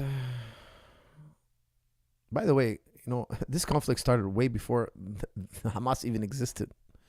The Hamas weren't even born when this conflict started. The Hamas soldiers weren't even born. They grew up. They woke up in this world in a prison. They woke up being bombed. Hey, why were we being bombed? Well, we used to live on this side, and they pushed us in this corner here, and they put a wall around us. And they control our seas, our airspace, etc. They control our rainwater. They bomb us on a regular basis. By the way, they just bombed the last water reserves of Palestinians in Gaza. They just rigged the explosives and blew them up. Why? Why take away their water? It's insane. One Israeli hostage was just rescued. Her name was, I believe, Noah or something. Noah or something. And she's saying, look, I was going to be killed by Israeli bombing, not Hamas. Hamas was protecting me. She came out and she said it. She wasn't violated. She wasn't raped. I can't say the word because you know why. She wasn't harmed in any way. She said, look, they were protecting me. I almost died because of the Israeli bombing. Like, don't you care that I'm here? Don't you want to negotiate? It's been a year. Can't we do a hostage swap? No. They want to eradicate everybody, even the hostages. They'll bomb them indiscriminately. It's insanity. It's pure insanity. The Israeli government is ultra right-wing terrorist group.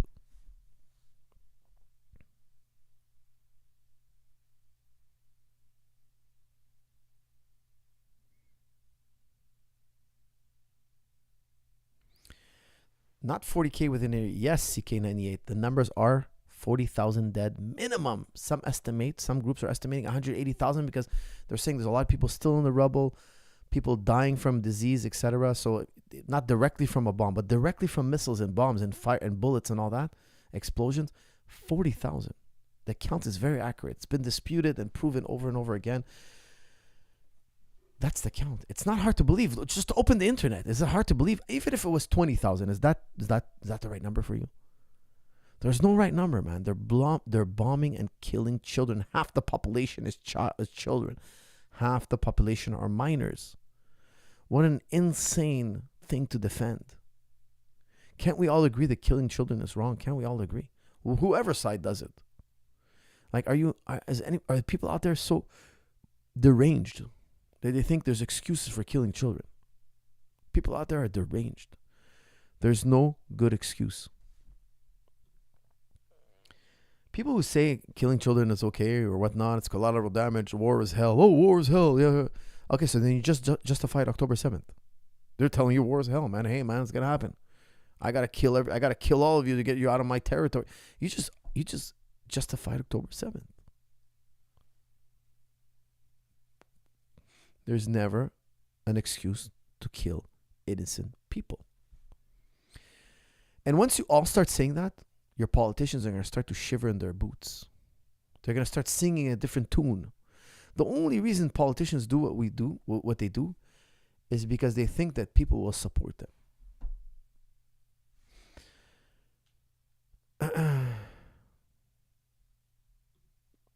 It's really sad that people make excuses for such deranged behavior. It's really pathetic. I personally would never vote or justify or incentivize or encourage anybody to do something so disgusting.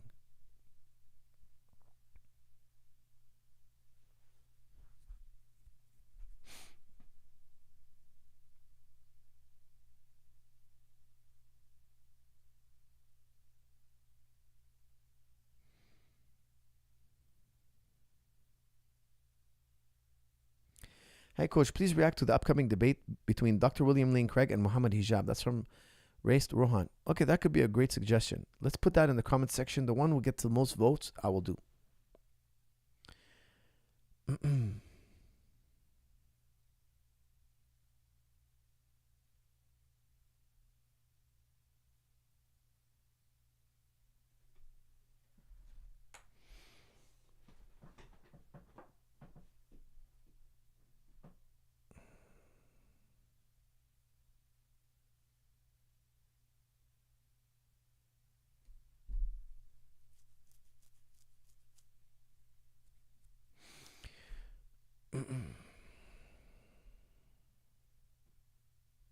I recommend reading Ilya and Pape, the ethnic cleansing of Palestine.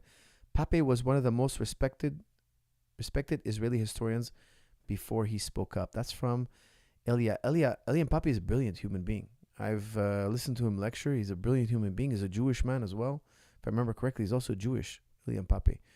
But he's a incredible advocate for justice and peace, and I highly recommend his lectures. Highly recommend them. CK98 needs to realize that Israel has tried to invade Lebanon. It's not just Palestine, and Hamas first, Palestine later. It'll be Lebanon, Iraq, Iran. That's from Hassan. Look, they do have a plan for Greater Israel where they want to invade all the Arabs. Guys, I'll tell you something. That's a really bad idea. That's a really bad idea. I hope they're not that deranged that they think they're going to go that far, because look, we're not farther than 20 years away max from the Arab world becoming really powerful again. That's the thing people forget. The Ottoman Empire, they forget the Arabs were very powerful. The Arabs will be powerful again. Technology's on the rise in the Arab world. Here's the thing, technology's on the rise. Hezbollah 20 years ago had nothing. Now they have a much greater arsenal. They can do serious damage. If this goes all out war, it can do serious damage. But that's nothing to compare to what they're going to be able to do in 20 years from now. Right now, we should all be fostering peace so that in 20 years from now, we're not annihilating each other. There could very well be nuclear weaponry in the hands of the Arab world in the next 20 years. That's not far-fetched. It's not far-fetched. Then you would have the Israeli and the Arab side having nukes. Do we want that? I don't think the world wants that. Nobody wants that. Not the Israelis, not the Arabs, not the Jews, not the Muslims, not the Christians, not the atheists, not the secularists, not the communists, not the socialists, not the capitalists. Nobody wants that. We'll poison the world. We'll start a chain reaction.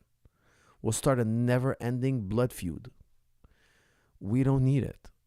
Cooler heads have to prevail. We can live together, and the Holy Land should stay holy. It should stay a place where people don't commit violence. They think 10 times before they do a violent act. It's supposed to be the holiest place in the world. Now we're turning it into a bloodbath, a place of anger and violence.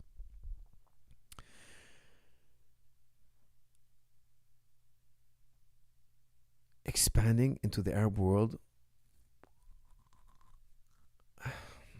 would cause an amazing disturbance in the region. It would take us into World War III. I hate to say it, but it would take us into World War III, and everybody would be fighting everybody. It would be a disaster. It would be a disaster. And for what? For what? What's the objective? Here's the thing. It's kind of like Israel's got these shiny new toys, and they don't realize. Great power comes great responsibility. It's like, think about a fighter, okay? When he's champion, everybody thinks that guy can't be beat. And then he gets beat 3-4 times in a row. Everybody's like, that guy sucks. He was never any good. He got lucky. I'm telling you, I hear that all the time. A guy goes on like a 10-fight win streak. Everybody's like, this guy can't be beat. Don't you guys understand? This guy's the greatest fighter of all time. Everybody starts writing me about this guy's so good. Don't you realize how fast he is, how strong he is, how incredible he is? Then the guy loses one fight. He sucks. The guy was a bum. He never had it. Like, what happened to all the praise? Like, sometimes fans turn on people so quick. And then maybe the champion comes back and wins a big fight, or maybe he loses again.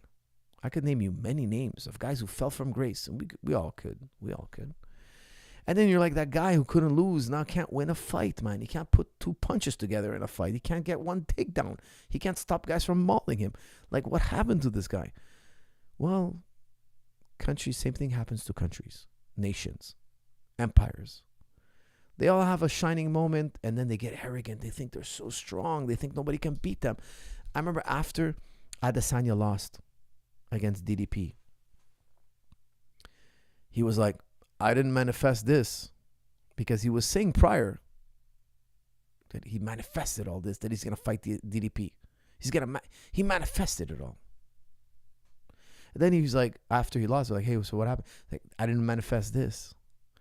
He went a little bit overconfident. He thinks that if he thinks about it in his mind, if he works towards a certain goal in his mind, that he has the power to make it so. Is that insane? Is that delusional? Well, let's do a little thought experiment. I want you to picture 1,000 people standing in the line. Okay? I want you to picture 1,000 people standing in line, shoulder to shoulder, and they're all holding a coin. And they're all asked to flip the coin, catch the coin, put it on the back of their palm, and read what it says. And I want them to call it in the air. When they flip the coin, they call it in the air. So they say heads, tails. They can say whatever they want, heads or tails. We're recording everything. And then they flip it. If they're right, they take a step forward. If they're wrong, they stand where they are. Now imagine nobody's cheating in this thought experiment. It's a perfect thought experiment. We have a perfect control. Make sure nobody's ever cheating. Everybody flips the coin. There's 1,000 men flipping a coin all at the same time. They catch the coin. They read it. Some read heads, some read tails. Some guys are right, some guys are wrong. Let's say 50% of them are correct. So that means 500 men are taking 1 step forward. Now 500 men have been left in the dust. They got it wrong. They're done. They don't move forward. They're out of the game. Let's flip again. We flip again. We flip the coin. Everybody calls it in the air. Nobody's cheating. Everything's on the up and up. There are no two-headed sided coins. Okay. They read it. Boom. 50% get it wrong. 50% get it right. 250 men take a step forward. And we repeat the process. They flip the coin again. 125 men get it right. They move forward. They move forward. They move forward. Now we keep doing it. There's 10 men left. They flip a coin. 5 get it right. They move forward. Till one last guy. There's one guy who gets it all right.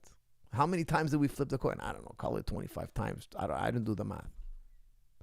That guy is going to be like writing books later. How I made the coin. How I manifested. How I did it. He's under the illusion. He's under the illusion that he had some kind of causal control.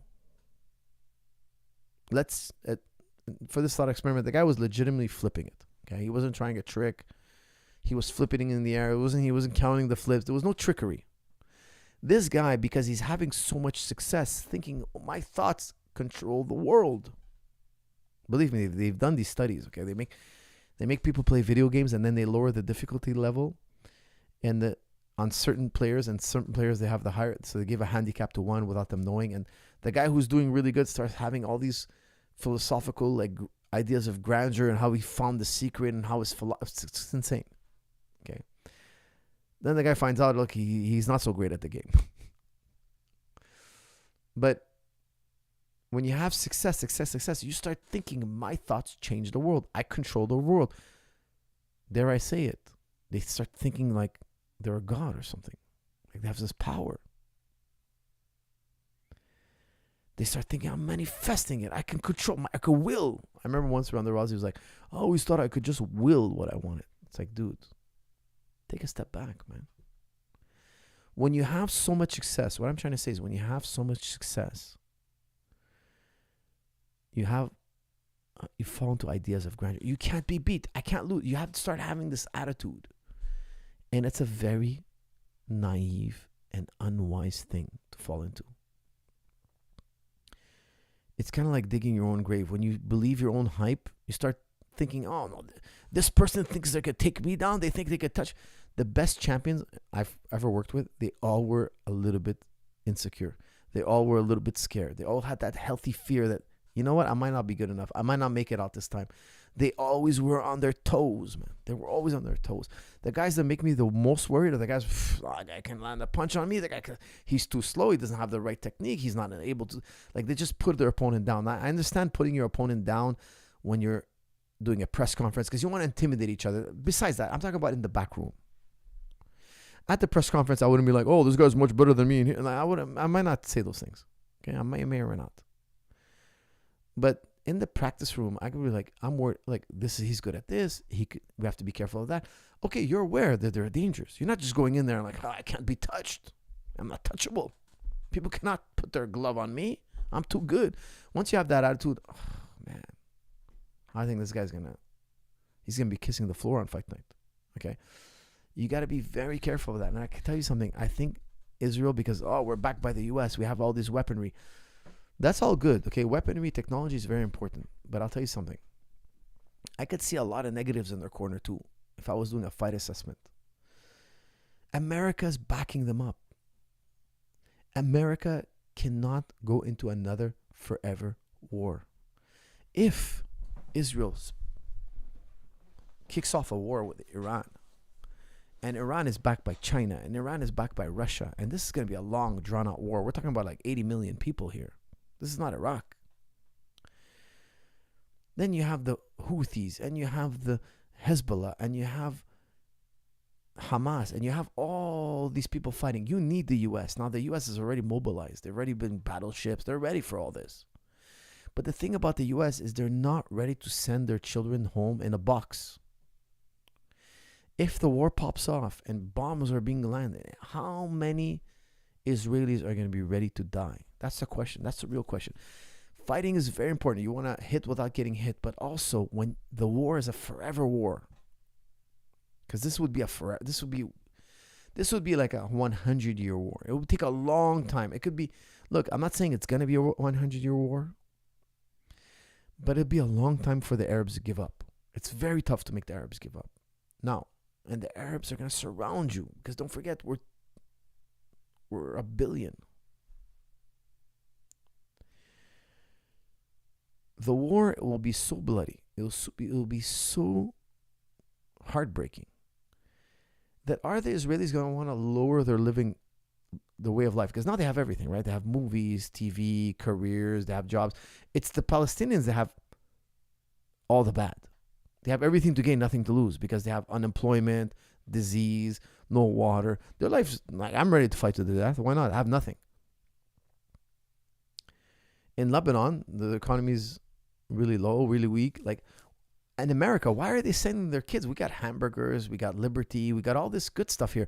America's not ready for a forever war. America is good to fight a war where it's pushing buttons and bombing people from a distance, but that can only take you so far. You have to put boots on the ground eventually. You have to go and look at your enemy in the eye if you want to kill him. I don't think they're going to back Israel that far away. You already had Kamala Harris last week or this week? She gave a huge speech about how it's been too many deaths.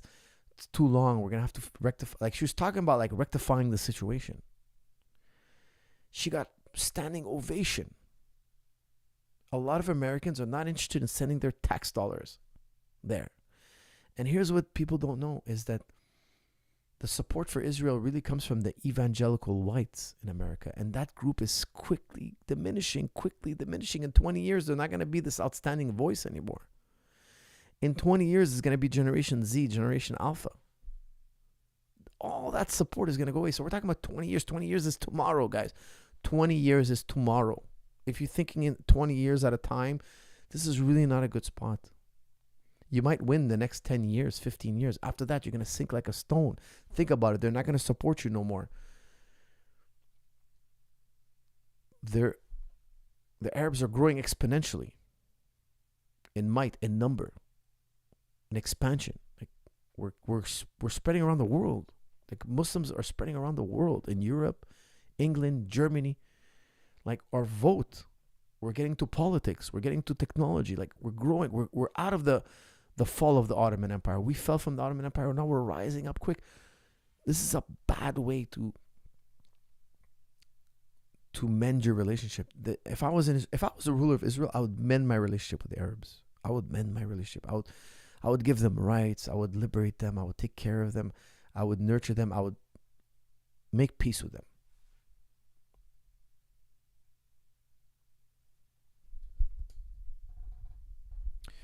Who actually believes mainstream media anymore? That's from Azam. Nobody. Only a fool.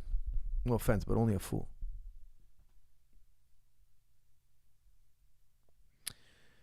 Okay, guys, I'm gonna. Oh boy, it's getting really late, guys. No more super chats, please. I'm gonna end this one on a fun one. No more super chats, friends. Please, no more. Adam Rogers says I missed his super chat. The Sunni world hates the Shia world and wants this. That's from Boogerman. No, that's not true. The Sunnis, we don't hate the Shia. We don't always get along. Look, my mother's Shia, my father's Sunni. I don't really, like, I'm Sunni, but I don't see it as a hate, okay? There's different levels here, but I wouldn't say hate. What are some of the new books you can recommend? Let me look at my list. Let's see, what have I bought recently? Guys, no more super chats, please, because I'm ending this very, very shortly. I got Mehdi Hassan's Win Every Argument. I really like Mehdi Hassan. He's a phenomenal speaker. I was re-listening to A Short History of Nearly Everything by Bill Bryson. Phenomenal book. Right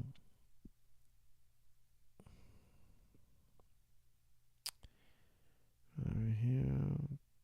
Little philosophy books. George Berkeley's The Three Dialogues. Phenomenal book. George Berkeley's Dialogues.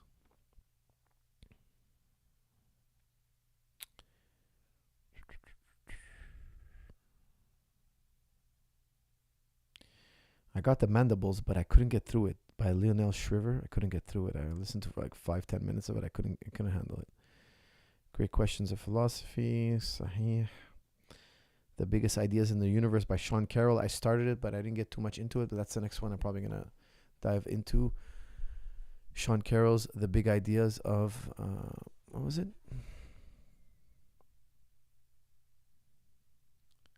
The Biggest Ideas in the Universe. Love the title.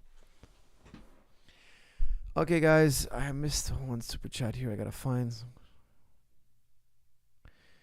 What's your favorite song, your favorite film, your favorite city? Oof. Favorite city other than home? I like Las Vegas because over the years I made a lot of friends there. So every time I go to Las Vegas, it's like seeing family members. So I really like Las Vegas because I've been going to Las Vegas for over 20 years for fights, man. Isn't that crazy? 20 years. I was looking at my license, and they were showing me every year I had a license. It's insane. I've been going there for over 20 years it's just insane. I've been going to Vegas for like 23 years for fights. It's insane. How many fights is that? I can't tell you how many UFC fights I've done. I can't remember them all. I have to sit down with a paper and pen. And I'm telling you, I couldn't remember them all because sometimes I have flashbacks about a fight that I forgot about completely. I must be in the triple digits. I might be at over 100 fights in UFC. It's crazy. It's such a crazy amount of maybe not 100, but over 60. Definitely over 60. Like maybe 70. I don't know. But I've had multiple fights in on one show. So sometimes I have 3-4 fighters. A few times I've had 5 fighters on a card. I think 3 times in my life. 5 fighters on a UFC card where I'm the head cornerman. And sometimes the fights were back to back, so I'd have to run back the opposite way. Like the security is like, you're not allowed to do that. Like, yeah, they gave me special permission because I'm back to back fighters. Like, crazy amount of fights.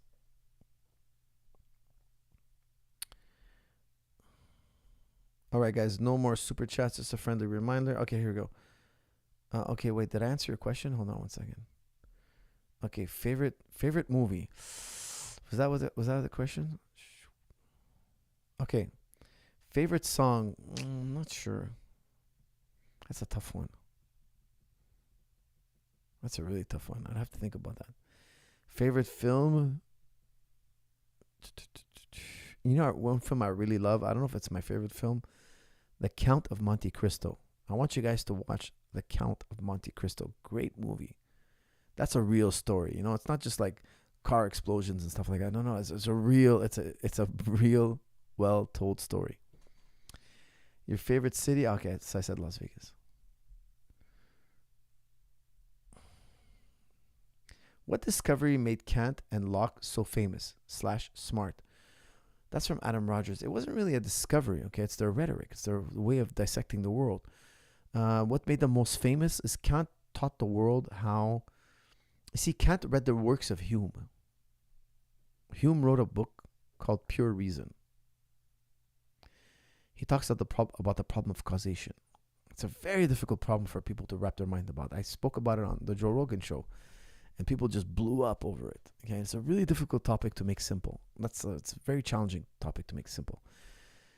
But when Kant wrote that, he wrote a critique of pure reason. So David Hume wrote a book called Pure Reason. Pure Reason. Imagine what a name for a book. And then Kant replies to it and says critique of pure reason. And in critique of pure reason is like, he tells Hume, he basically tells him, you woke me up out of my dogmatic slumber. Dogmatic is when you believe in something for no logical reason. You just believe it. You just blatantly believe. You're closed-minded and that's what you believe. And he goes, you woke me up out of that.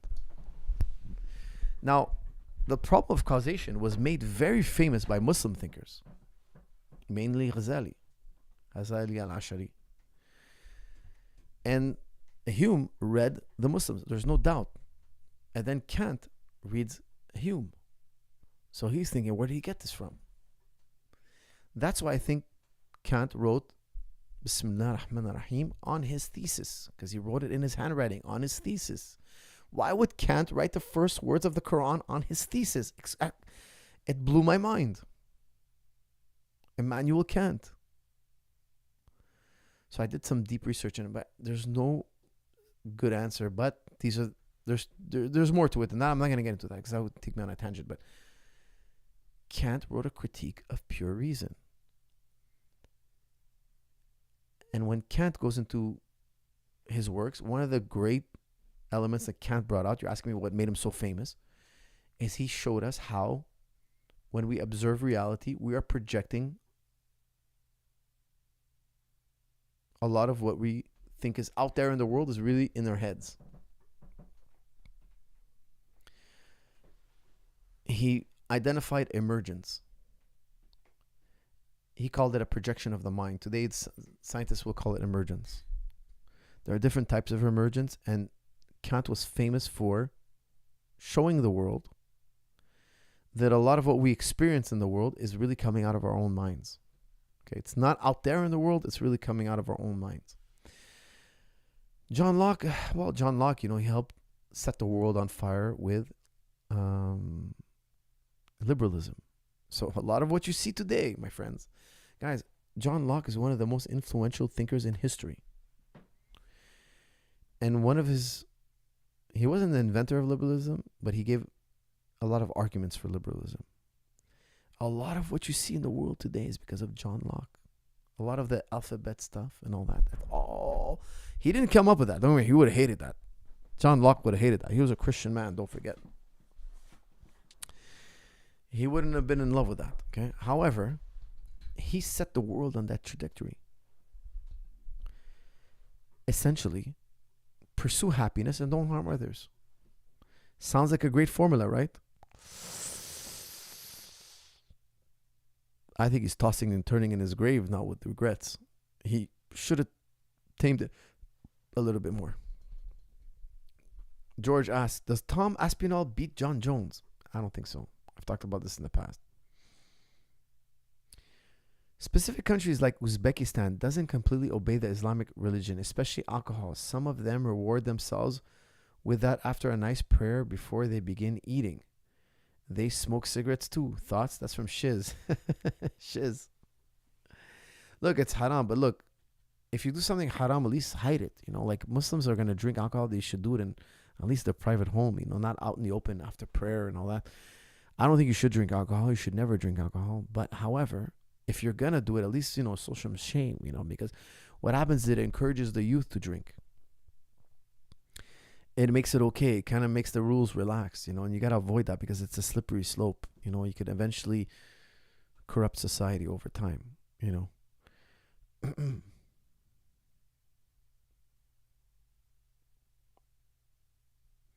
All right, guys, I think I did all the super chats. Please, no more super chats, friends. Thank you. I appreciate you all. I have to go to bed very shortly.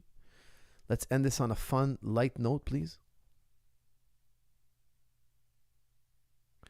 Last Amen, you said the followers of Ali should follow the first three caliphs like Ali did, but what about Karbala? Muhammad's grandchild, alayhi salam, were murdered. Battle of the Camel, especially it keeps jumping up and down. Especially Al-Khadir. Okay, the massacre of Karbala. Okay, now you're bringing us into a crazy deep story here. This is a really deep story. I mean, this is like complicated. It's very complicated. Look, what happened at Karbala was completely wrong. Haram. Mamnua. Evil. But we still can't divide the ummah. That was a murder. It was wrong. It should be rectified. It should be justified. There's no good reason. There's no acceptable reason for this. However, this is after the Shia-Sunni split. So it's not the cause of it. I was talking about what's the cause of it. Imam Ali followed the Sahaba. So we should all follow the Sahaba. What happened at Karbala we should bring it to justice, but it's too late now. That's for the next life. That has nothing to do with whether we should follow the Sahaba or not. The Sahaba have nothing to do with this.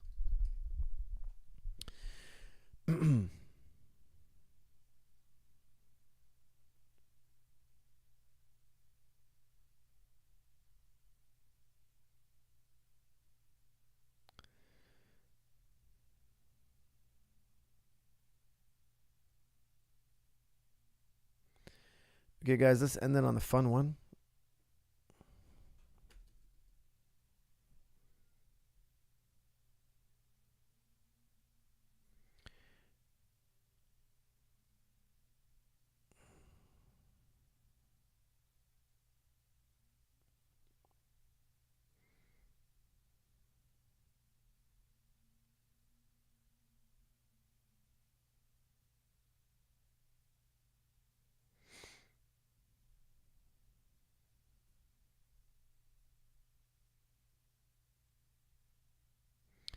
Al-Khadir's sermon says otherwise. It's all in Al-Tabari.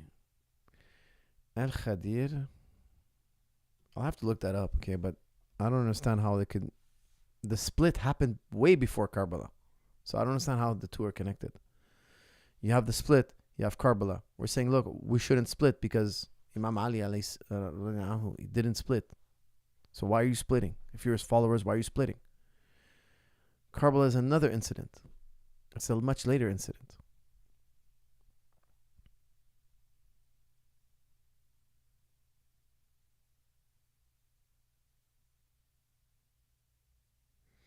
Hey, Coach, after listening to Joe Rogan, any thoughts on existence of aliens? That's from the man from Nepal. Okay, great. The man from Nepal, a black belt. Wow. Yes, guys, we're going to end it on this one. Please, no more super chats, okay? Do I believe in aliens? Yeah, I do. I think there are so many things in this universe that exist that are so beyond our imagination that I think, honestly, that if you saw what's out there in the universe, you would have a heart attack and die. There's so much.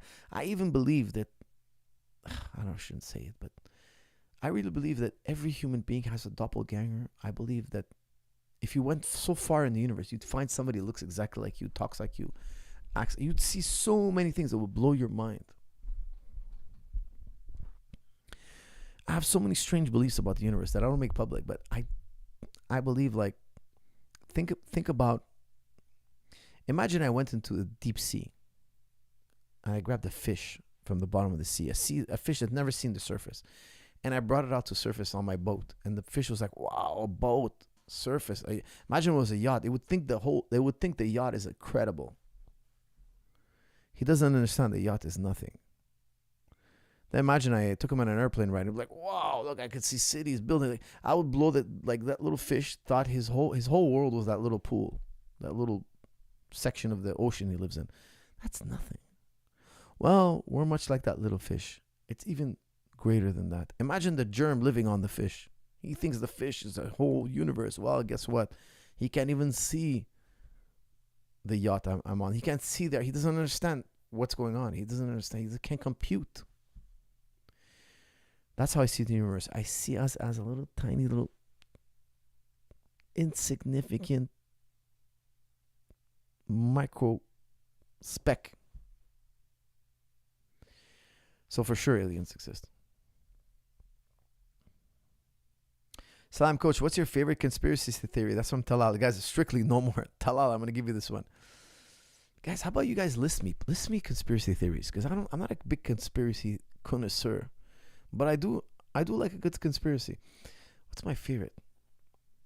Guys, I still can't get over Building 7. So I'm not going to bring it up again, but Building 7 blows my mind. Just blows my mind that Building 7 fell. And then the owner of the building's like, "Oh, we pulled it." Like, that's the term they use for when they dynamite. That makes, like, you have a confession. The building wasn't touched physically. Like, how is this possible? This blows my mind. Aliens are actually jinns messing with us. I haven't researched that, but that's a possibility. What's my favorite Simpsons episode? Reptilian theory. No, I find the reptilian theory absurd. David Icke. Oh, look, reptilian. Look at this security guard. And then the security guard is his skull is twitching. You see, he's a reptilian. And then you listen to David Icke. He's going to explain to us why he believes that the top leaders in the world are reptiles. And then he's like, "Well, I know a guy who was in the room with one of these world leaders and he saw him turn into a reptile." Oh, eyewitness testimony. That's what it is. Like some guy with a story. Maybe your buddy was high on acid. What do you stupid, dumb evidence. Just stupid. Maybe you're just selling videos because back then you'd buy his DVD and whatever. Maybe you're just getting clicks. You're telling us a story and you're getting clicks. We're not that dumb. People are not that naive. "Oh, somebody I know was in the room when the guy shape-shifted." Okay, is that proof? Eyewitness testimony? Seriously? Horrible.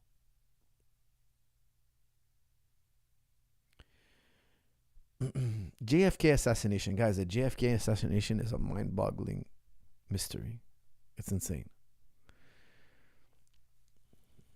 Definitely one of my favorite conspiracies, but I don't believe in the official story, no. But I think he was shot from front and behind. If you ask me my personal opinion, after all the research I've done, he was shot from front and behind. There was a man past the grassy knoll behind the fence. He shot also. One of the most damning evidence of proof. One of the most damning pieces of evidence, I should say,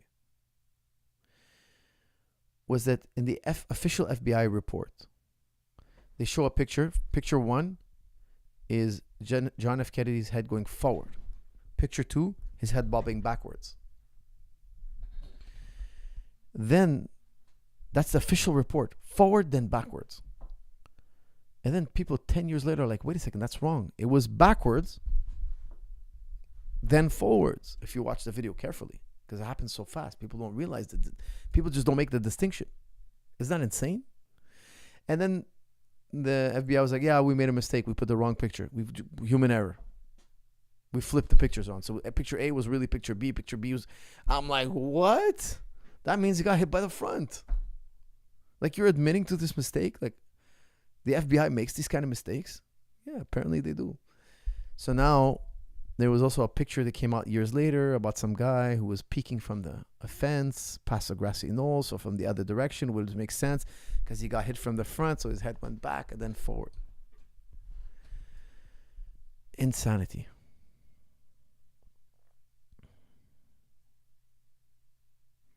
Coach, how would you react to your 16-year-old smoking a joint? That's from Adam Rogers. Eesh. Wouldn't go well. Look, I would lecture him. I would talk to him. I would tell him off. He's too young. His brain development would really freak me out. But if I caught him again, I would physically punish him. Fermi paradox is cool. That's from Hassan. Hassan, you're right. Fermi paradox, for those who are not aware, not familiar with it. Look, if you do the math, there should be aliens all over the place. If the world hit 15 billion years ago and we exist, there should be neighboring life forces. Where are they? Life forms. Where are they? The Fermi paradox, one of the greatest mathematicians of all time, he crunched the numbers and he's like, look, if the world is the way we think it is, there should be aliens everywhere. There isn't. Where is everybody? It's pretty inspiring. Okay, guys, I want to thank you all for tuning in. It was a blast as always. Don't forget to go to jujiclub.com. Check out any Juju Club video you like. Use promo code LEVEL50 off. It's on the bottom of your screen. It's in the description. Check out the latest inside heel hook video. My Cross Ashi made easy video. Advanced Basics 25. It's not basic. It's super advanced, but it's also basic in a way. It's really advanced basics. If you know jiu-jitsu, you know exactly what I'm talking about.